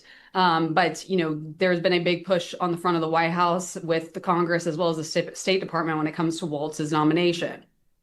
Some breaking news from Ashley Brassfield. Always good to have someone really right there, eyes and ears in Washington, D.C., because I was thinking on Tuesday, President Trump going into these meetings with world leaders at the United Nations General Assembly, it would really put us on the back burner, really as the host country, to not have our ambassador in place to be part of every single robust discussion with what's happening in the world right now. And I echo the concerns as we've reflected on Charlie's life. Bill O'Reilly really commentating on this is perhaps the most dangerous time the world has been internationally since that of World War II, just with the actors that are coming together. You have Vladimir Putin to Kim Jong-un and Xi Jinping all meeting in China for a Chinese military parade. So there is still a power vacuum in the Far East that seeks to take advantage of a divided world. Yes, and I'll be very candid about this. I did a piece this week talking about the security implications following the shooting. And I spoke to former United States Secret Service, Presidential Detail, Navy SEALs, former Special Operations, FBI, to get a lot of different perspectives on what they're saying that have had security detail backgrounds, advanced work backgrounds, things like that.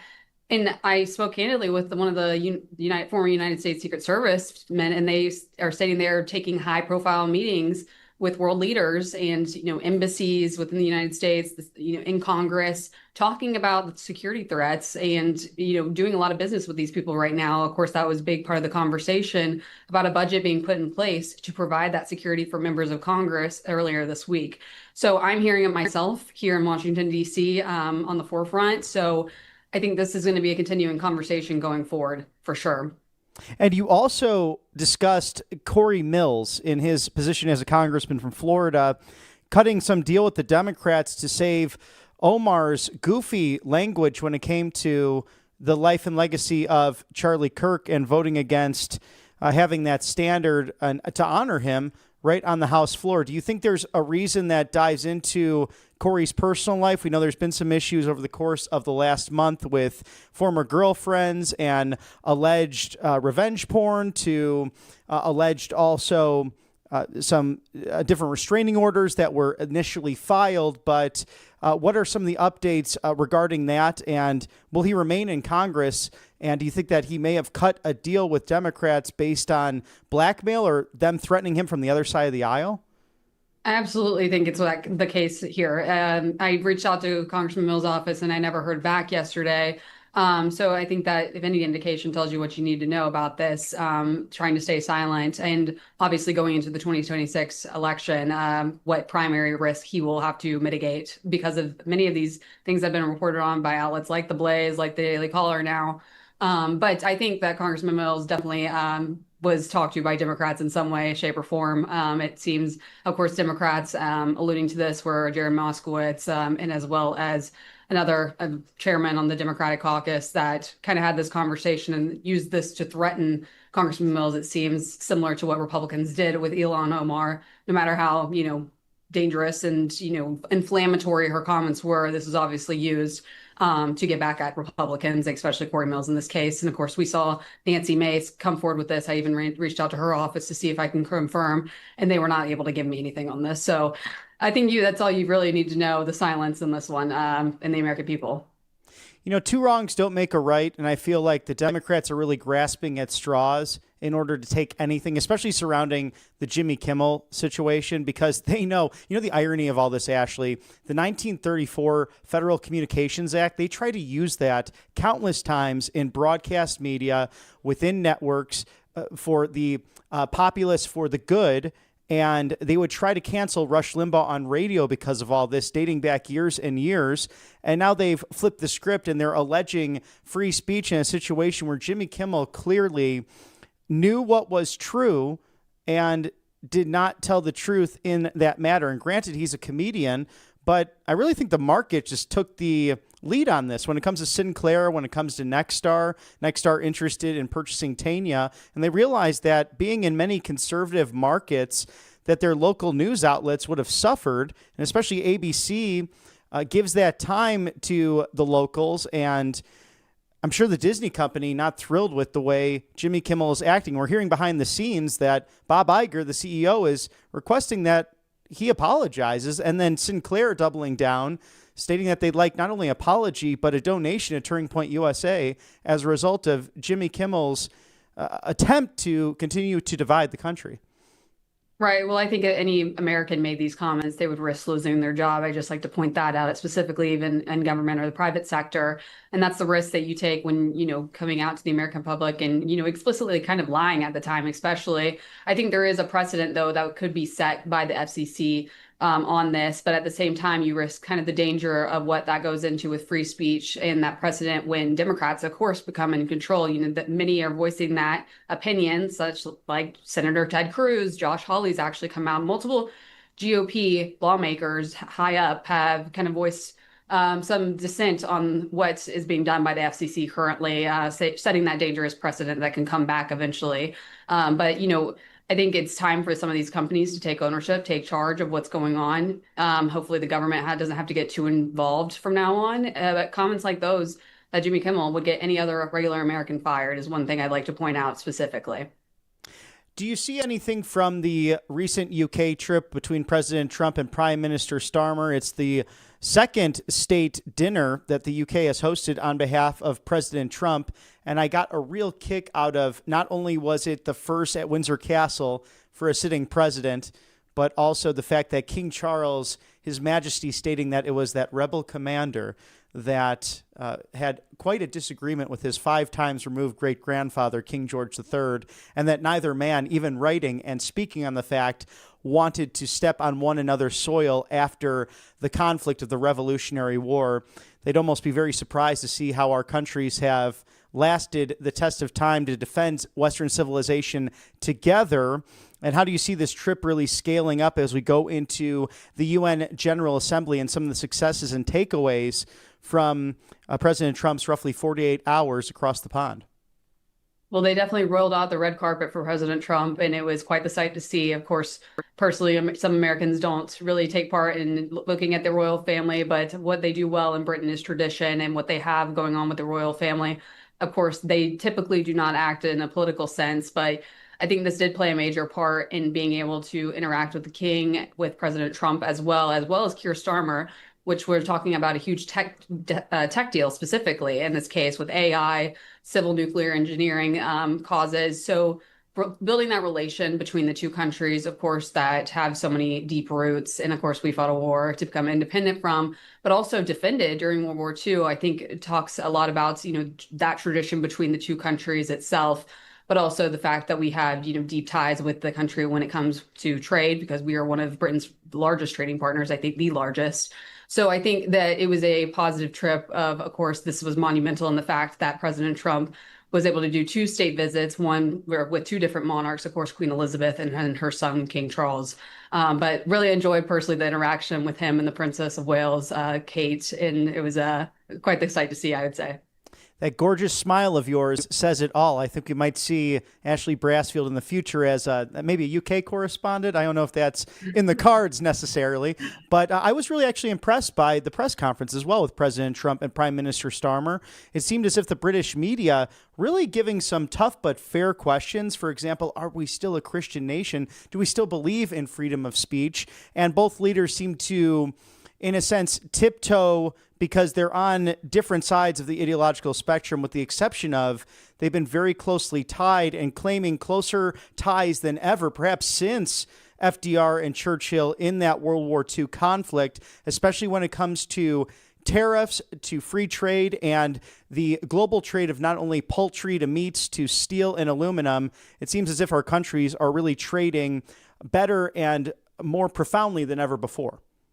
Absolutely. I completely agree on the trade front. Of course, we're seeing, kind of the same 2 problems, mass migration into the United Kingdom as well as the United States, which President Trump has doubled down on. Keir Starmer saying that he would. The results of that seem to be being blocked in the media at times in the UK, from what it seems, but as well as free speech, which has become a massive problem in the UK. Many arrests, of course, happening to, social media influencers, not even just the high and powerful, but going after individuals that made posts about transgenders. And I think this plays right into the factor of what we're going through right now. And here in the US, conversations that need to be had and continuing to be had. And of course, we fought for independence and we have the Constitution with the First Amendment. UK doesn't, but they really should follow in suit, as well as with the big tech companies that are here in the United States being looked at by the European Union, that President Trump has been very, aggressive in stating that he does not agree with. Yes, and it will be interesting to see as this moves forward how President Trump has changed the global markets with the use of tariffs and trade. And in turn, I'm thrilled to see that the UK, relying on their oil and natural gas resources, to get that Russian influence out of Europe, especially within Germany. So much of this stuff really boils down to common sense for those paying attention. And now the Republicans also, Ashley, just announced that through President Trump, there's going to be a midterm convention. And being the political junkie and historian that I like to be, I can't remember the last time they did that outside of a presidential year, unless you have some information on that. How do you think that will look? And is Washington buzzing about the fact that in 2026, it looks like the Republican Party is going full steam ahead to make America great again? Right. Well, we're still, it feels like an eternity away, but these things come out very fast on us, of course. So we have I think, a very fun CPAC coming up in Dallas, Texas. So that's one thing to look forward to as well this coming year. But, the midterm convention, I think, will get the steam rolling, especially with the Republican Party. Maybe the Democrats will mirror that. We'll see. They could use it, I would say. But yeah, I just think that Republicans, if they continue to keep delivering on campaign promises, that's really what's got to happen. People have to see money coming back into their pockets, Americans, everyday Americans, and seeing those changes that were promised during the campaign by the president. It's really, the Republicans to lose. Democrats haven't really put anything forth to challenge many of those policy. They haven't really changed many of their stances on certain things. So really the Republicans to lose, and got to set themselves up for success here. And yes, they are reorganizing maps specifically in Texas and Missouri to make that happen. And we'll see if the Democrats can follow. We know that Governor Newsom in California trying to do that, but may not have the legal grounds to do so. Ashley Brassfield, reporter for Capitol Hill and really the city beat of the federal city of Washington, D.C., a friend of Right Side Broadcasting Network. Thanks for joining us, and have a wonderful weekend. We'll see you soon. Thank you. It's a pleasure.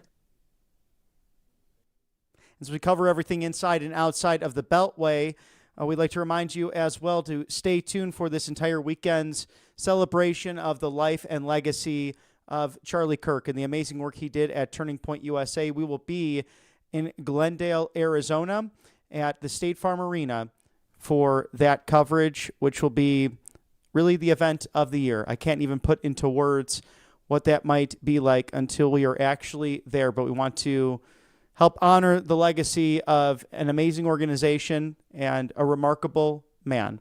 As we thank covepure.com/RSBN. Get $200 off now this amazing reverse osmosis machine. Drink pure, live pure. Get $200 off. Once again, it is the clear water technology that is like unlike anything else in all of reverse osmosis systems. So you have that.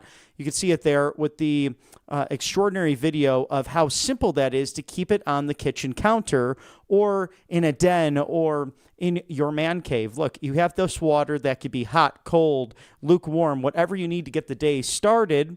And Utah and Florida putting across legislation on their House floor, their Senate as well, to get fluoride and the pesticides, agricultural runoff out of the water. In addition to this, when people take antibiotics or hormone-disrupting birth control pills, whatever it might be, some of that runoff goes through waste and through the toilet, and the water treatment facilities do not take all of that out of the water. So when especially children drink H2O out of the faucet in the tap water, there's been studies done. JAMA Pediatrics actually showed that children can lose up to 2 or more points in IQ as a result of regularly drinking out of the tap. So protect you, protect your family, protect your gut. It's covepure.com/RSBN. It's common sense at this point to have reverse osmosis systems in your home. covepure.com/RSBN. $200 off now as we thank mypillow.com/RSBN. The 6-piece towel set, it's back in stock. The regular going for $70. Now it's under $40. $39.98, very limited quantity. This will go fast. So call today. Don't delay. It is 800-836-7566. Promo code RSBN. Support Mike Lindell and Right Side Broadcasting Network. And what a great kind of announcement from Matthew Alvarez's interview earlier with Mike Lindell. He might be running for governor of Minnesota. I would like to credit myself for maybe helping suggest that, but we're very excited to see a great man. And regardless, we are grateful for mypillow.com/RSBN. He is a fighter for free speech. He is a defender of election integrity. And because of all these great movements, he's now seeking the executive office, potentially in the great state of Minnesota. So thank you to Mike Lindell and MyPillow for manufacturing right here in the United States, bringing back that American dream, because it is all about bankrolling Detroit and bankrupting Beijing. And in turn, President Trump has mentioned on countless occasions that he wants the whole world to succeed. He wants other citizens and residents of great nations to flourish as well through freedom, through prosperity, through free enterprise. And that's what you've seen in his policies on a near daily basis, 250 days plus in the Oval Office. And what a year it has been, and we're still months away until its conclusion. And with President Trump in the United Kingdom just yesterday, you had the office of the Vice President welcoming the Crown Prince Al Hussein and Princess Rajwa of Jordan to the vice presidential residence.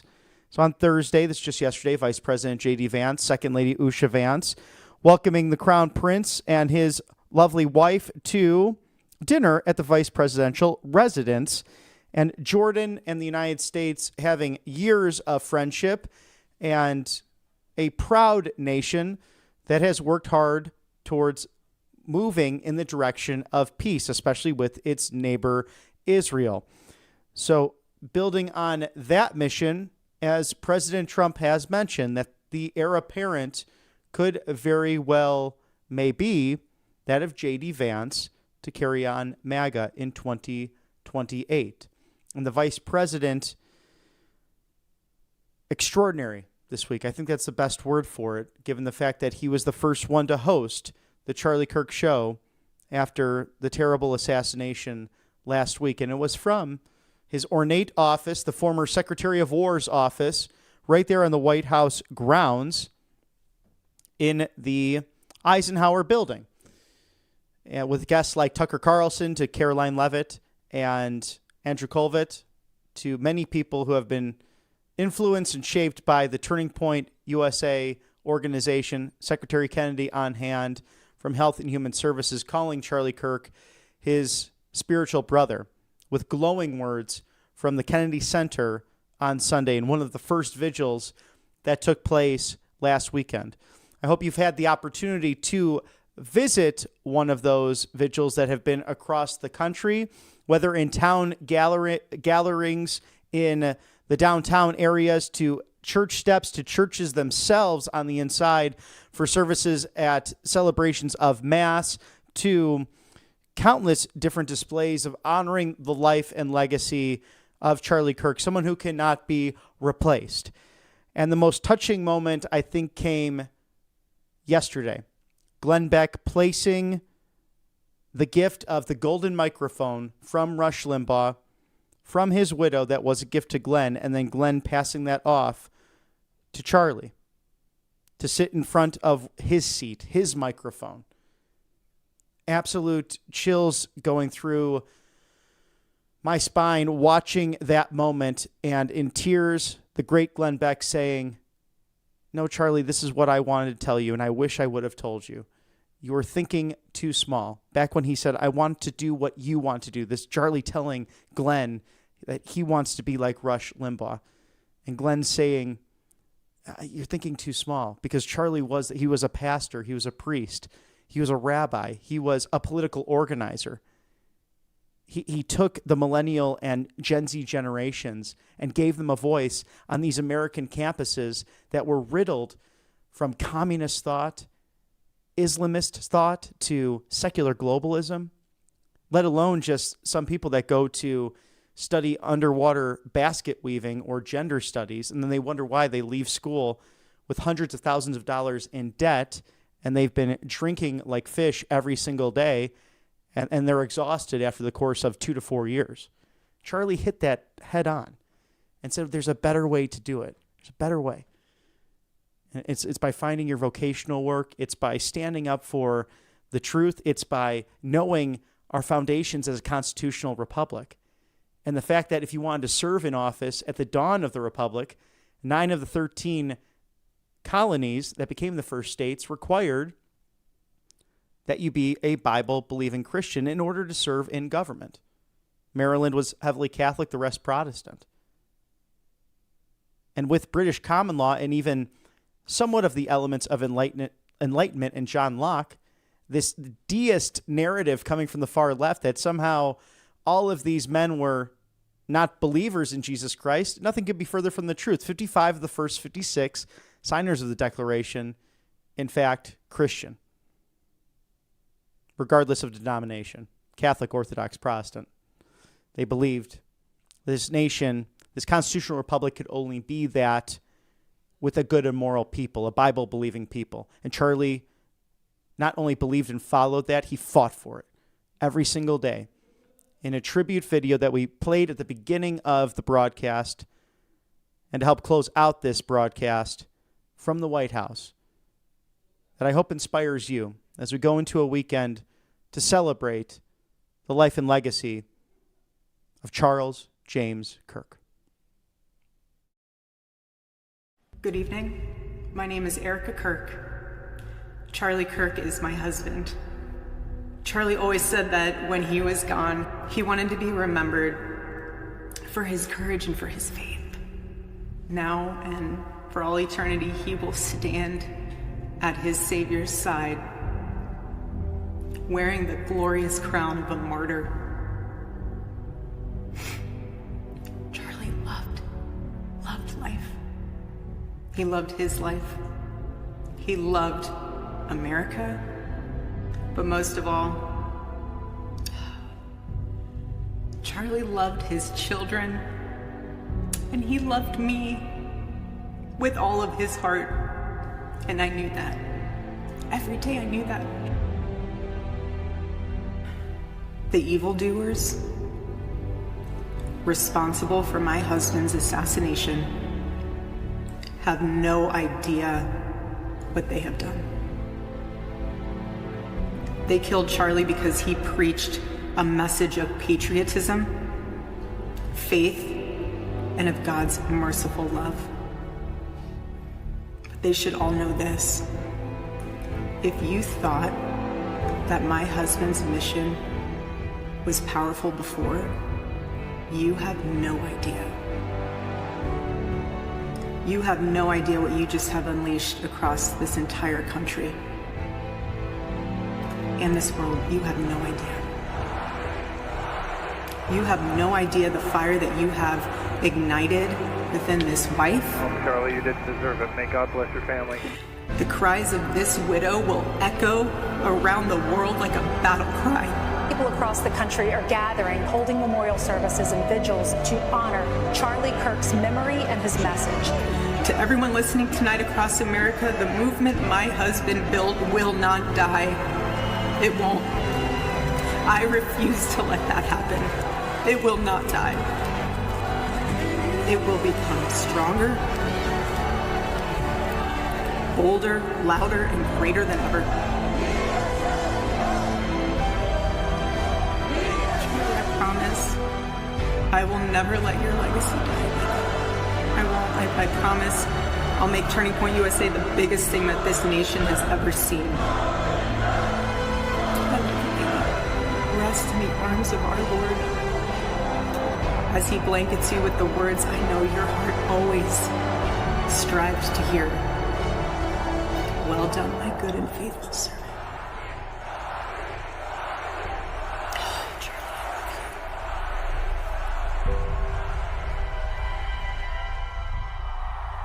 Charlie, you put all this together, my man. Let's hear it. I am just humbled by God's grace. That's all I can say. It's done.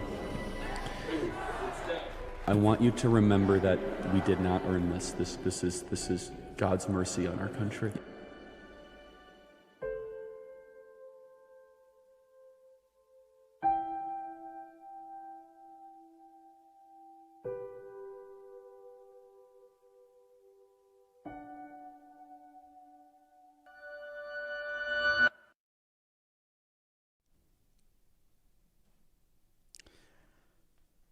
from a personal aspect on all of this, being a friend and Charlie Kirk being my former boss, I'd like to thank all of you, the viewers, over the course of the last 9 days. It has been difficult, rewarding, frustrating at times, but ultimately, joy has flown, or really flowed through my heart as a result of having the opportunity and the unique privilege to cover the life and the legacy of a great man. And we will come together on Sunday in an extraordinary way to do that. In his adopted home of State 48, Arizona, a place that is so glamorous in God's extraordinary vision for the world. There are certain places where God's majesty is truly on display, from the baseline desert to 2 hours north into Sedona with the Red Rocks, and even into Flagstaff and other parts of the great state where you can find forests, which is hard to believe at times, but it's diverse landscape really can be reflected upon in Charlie's unique and amazing abilities to connect with countless people. And he always wanted to break bread with those who disagreed. That's the most important thing I want you to know as the viewers here at Right Side Broadcasting Network. He did not want anyone to leave a relationship, especially a friendship, based upon a political difference. I have never seen anyone in national American politics with the patience to be spat upon, to have eggs thrown at him, different materials, whatever it might have been, to smile and say, God bless you, and to keep going. And every instruction on campus, whether it was Campus Clash to now the American Comeback Tour, we will treat everyone with respect on this campus. That was the directive to his employees. And we will give them the respect that in many cases we don't receive in return, mostly from administrators to anyone in the bureaucratic administrations on these educational institutions across America. He was one of a kind, and his movement has now grown exponentially over the course of 9 days. So many requests not only to work there, thousands, to thousands and thousands of chapter requests for college and high school activism. His vision has grown like never before, and he is more alive than ever before now on the other side of heaven. One of his last comments as well, or shows, going back prior to when the great Steve Bannon had to serve roughly 123 days behind bars for simply preaching the truth, Charlie talked on this topic, that if you strike down one as a martyr, you will create a movement that would far surpass anyone's imagination here on earth. And we've seen that over the last few days. And the response by you, the American people, to hold vigils in your towns, to reach out to those who knew him best, to say as strangers, we've never felt something like this for another person. We never felt that connection quite like we do to Charlie. But that's what happens within the body of Christ. When you lose someone, a true follower, a true disciple, in many ways, without sounding coarse or sacrilege, a prophet. For us, he was more than a friend, more than a boss. He was truly Superman. And he found in each and every one of us this ability to go deeper than we thought even possible. To rise early, stay up late, work like hell, organize, and not stop. And we did it with smiles on our face. And I'm humbled. As another colleague said last week, anyone who has the privilege enough to be behind a microphone or involved in American politics, they truly owe that to Charlie Kirk. And your humble correspondent here at Right Side Broadcasting Network, I'm one of the many who has that unique opportunity because of Charlie Kirk. So I'm deeply grateful for all of you and for the opportunity to share with you through interviews, through personal stories, and throughout the coverage of the last 9 days, the life and legacy and the movement of my friend's vision. So we hope you do join us on Sunday at 11 Eastern for the funeral and memorial service at State Farm Arena in Glendale, Arizona, for a man who needs no introduction, for a man who is more alive than ever, for a man who spread the gospel, who truly became America's pastor. And he initially wanted to simply talk about the greatness of free enterprise, freedom of speech, and why America is the greatest country in the whole of civilization and the Western world. And that turned into becoming someone who would share the gospel truth on a daily basis, and not only believed it, but he followed it. So please join us Sunday as we do honor the life and legacy of Charles James Kirk. The latest news from the Trump White House inside and outside of the Beltway, we thank you, our viewers here at Right Side Broadcasting Network, because without you, we would not be able to keep them honest. And we've been around now for a decade, and we're thankful for that, to fulfill Joe Seal's vision of covering these rallies that many said would never happen or did not take place. Well, they were wrong about that. We see now with a second term for President Trump that people like Turning Point Action really provided for by hitting the ground running, making those phone calls, knocking those doors, making a massive difference from coast to coast.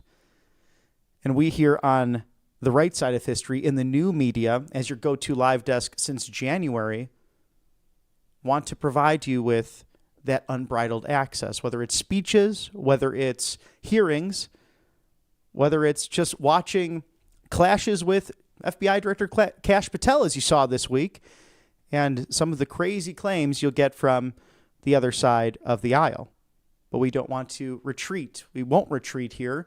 We'll continue to have those dialogues or discussions, as jovial or as uncomfortable as they may be, because you deserve that. And we believe here at Right Side Broadcasting Network that you, the viewers, can make up your mind better than government can for you. So we don't edit those speeches. We don't cut away from hearings. We let you see it in real time, because you deserve to know what your government is doing. And speaking of that, if there is something in your neck of the woods that you'd like to share with us, you could always write into Right Side Broadcasting Network at feedback@rsbn.tv. That's feedback@rsbn.tv. If you wish to opine and share with us just what's going on in your neck of the woods. And to conclude this broadcast on Friday, September 19th, thank you to All Family Pharmacy. Because if you end up with that cold or fever, you saw the earlier interview with Michael Kunzler, the co-owner of this great organization. Flu season is right around the corner, so prep on all of that. Tamiflu, antibiotics, antivirals to ivermectin, hydrochloroquine, immune support. Code RSBN10 for 10% off. Prepare your medicine cabinet before flu season. allfamilypharmacy.com/RSBN. Truly your go-to to protect yourself before all of the flu season this year. And if you like what you see here at Right Side Broadcasting Network, as I mentioned, we are your go-to live desk and that old school rally network, which you can see the images and the success of what was just 1 year ago today. I was reflecting with Mr. Producer being on the road for, was that roughly 2.5 weeks, where we were just jet setting between Georgia to North Carolina to Michigan to New York, and then doing a big circle around the swing states. What an absolute pleasure as it did. Yes, sir. It was a lot of fun. So I'm being told in the ear. Sometimes it felt like a longer time than that, but it was so worth it to bring you the 45th and then who would become the 47th president of the United States, the 50th vice president, your 119th Congress. And we saw from this week they are hitting the gas. They are going to hit the road. And 2026 can look more like a presidential year than a midterm, because it's time to fight peacefully and patriotically. And there's a number of ways to do that. Please support us here at Right Side Broadcasting Network, rsbnetwork.com/donate. Text RSBN to 801-801, rsbnetwork.com/donate. Text RSBN to 801-801. There's also an address for check or money order, 1550 Opelika Road, Suite 6, Box 344, in the loveliest village on the plains, Auburn, Alabama, 36830.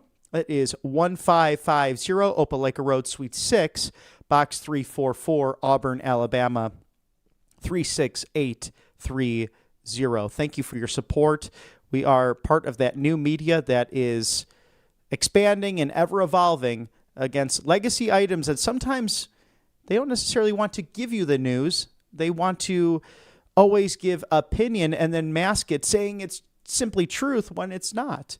There's an agenda behind it. We here are on the right side of history, but we give you that perspective so you can make up your own mind. We believe in you, and we like to interview you when you're at different events because we want the reason why you got involved in the process to begin with. It's an American movement. It goes past politics. Charlie talked about that all the time, that politics is simply the downstream of culture. And as we congratulate and celebrate his wife now taking the reins of Turning Point USA, Erica Kirk, the new CEO of Turning Point USA, it is so true, my friend, as you always said, we are just getting started. The history, or this is not history, the rest is future. And as we go into that future, we hope and pray that we provide you with content that will continue to inspire, continue to inform, and continue to make America great again. We look forward to being with you this weekend as we do celebrate again the life of Charles James Kirk. Have a wonderful afternoon. Get all America First updates, exclusive offers right here at Right Side Broadcasting Network. That's rsbnetwork.com/newsletter. Thank you for your messages, your prayers, and for remaining united because you were born for such a time as this. For all of my colleagues here at Right Side Broadcasting Network, I'm Robert McNeely. Unless there's breaking news, we will see you on Sunday. Until then, have a wonderful afternoon. And at 3:16 Eastern, God bless you.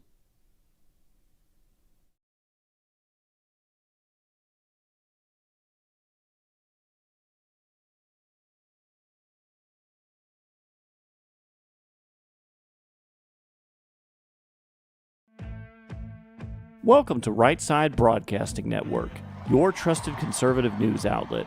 At RSBN, we deliver the truth when the mainstream media falls short. Since 2015, we've proudly broadcasted every single one of President Trump's iconic MAGA rallies, bringing you the excitement and energy live before anyone else. By watching RSBN, you get an unfiltered front row view of the action on the ground. We interview the crowds to give a voice to millions of Americans just like you. We show you President Trump's speeches in their entirety, free from interruptions and censorship.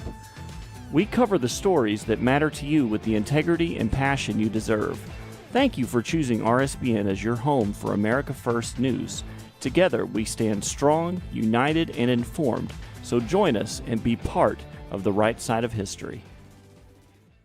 Tired of being told no by your doctor, your pharmacy, or worse, your insurance company? You're not alone. Millions of Americans are waking up to a broken healthcare system. That's why more and more people are turning to All Family Pharmacy. We believe in medical freedom. We deliver the prescription and the medication, all from licensed U.S. doctors and pharmacists, from ivermectin and trusted antibiotics to maintenance medications, even NAD+, the revolutionary anti-aging supplement. Use code RSBN10 at checkout for 10% off.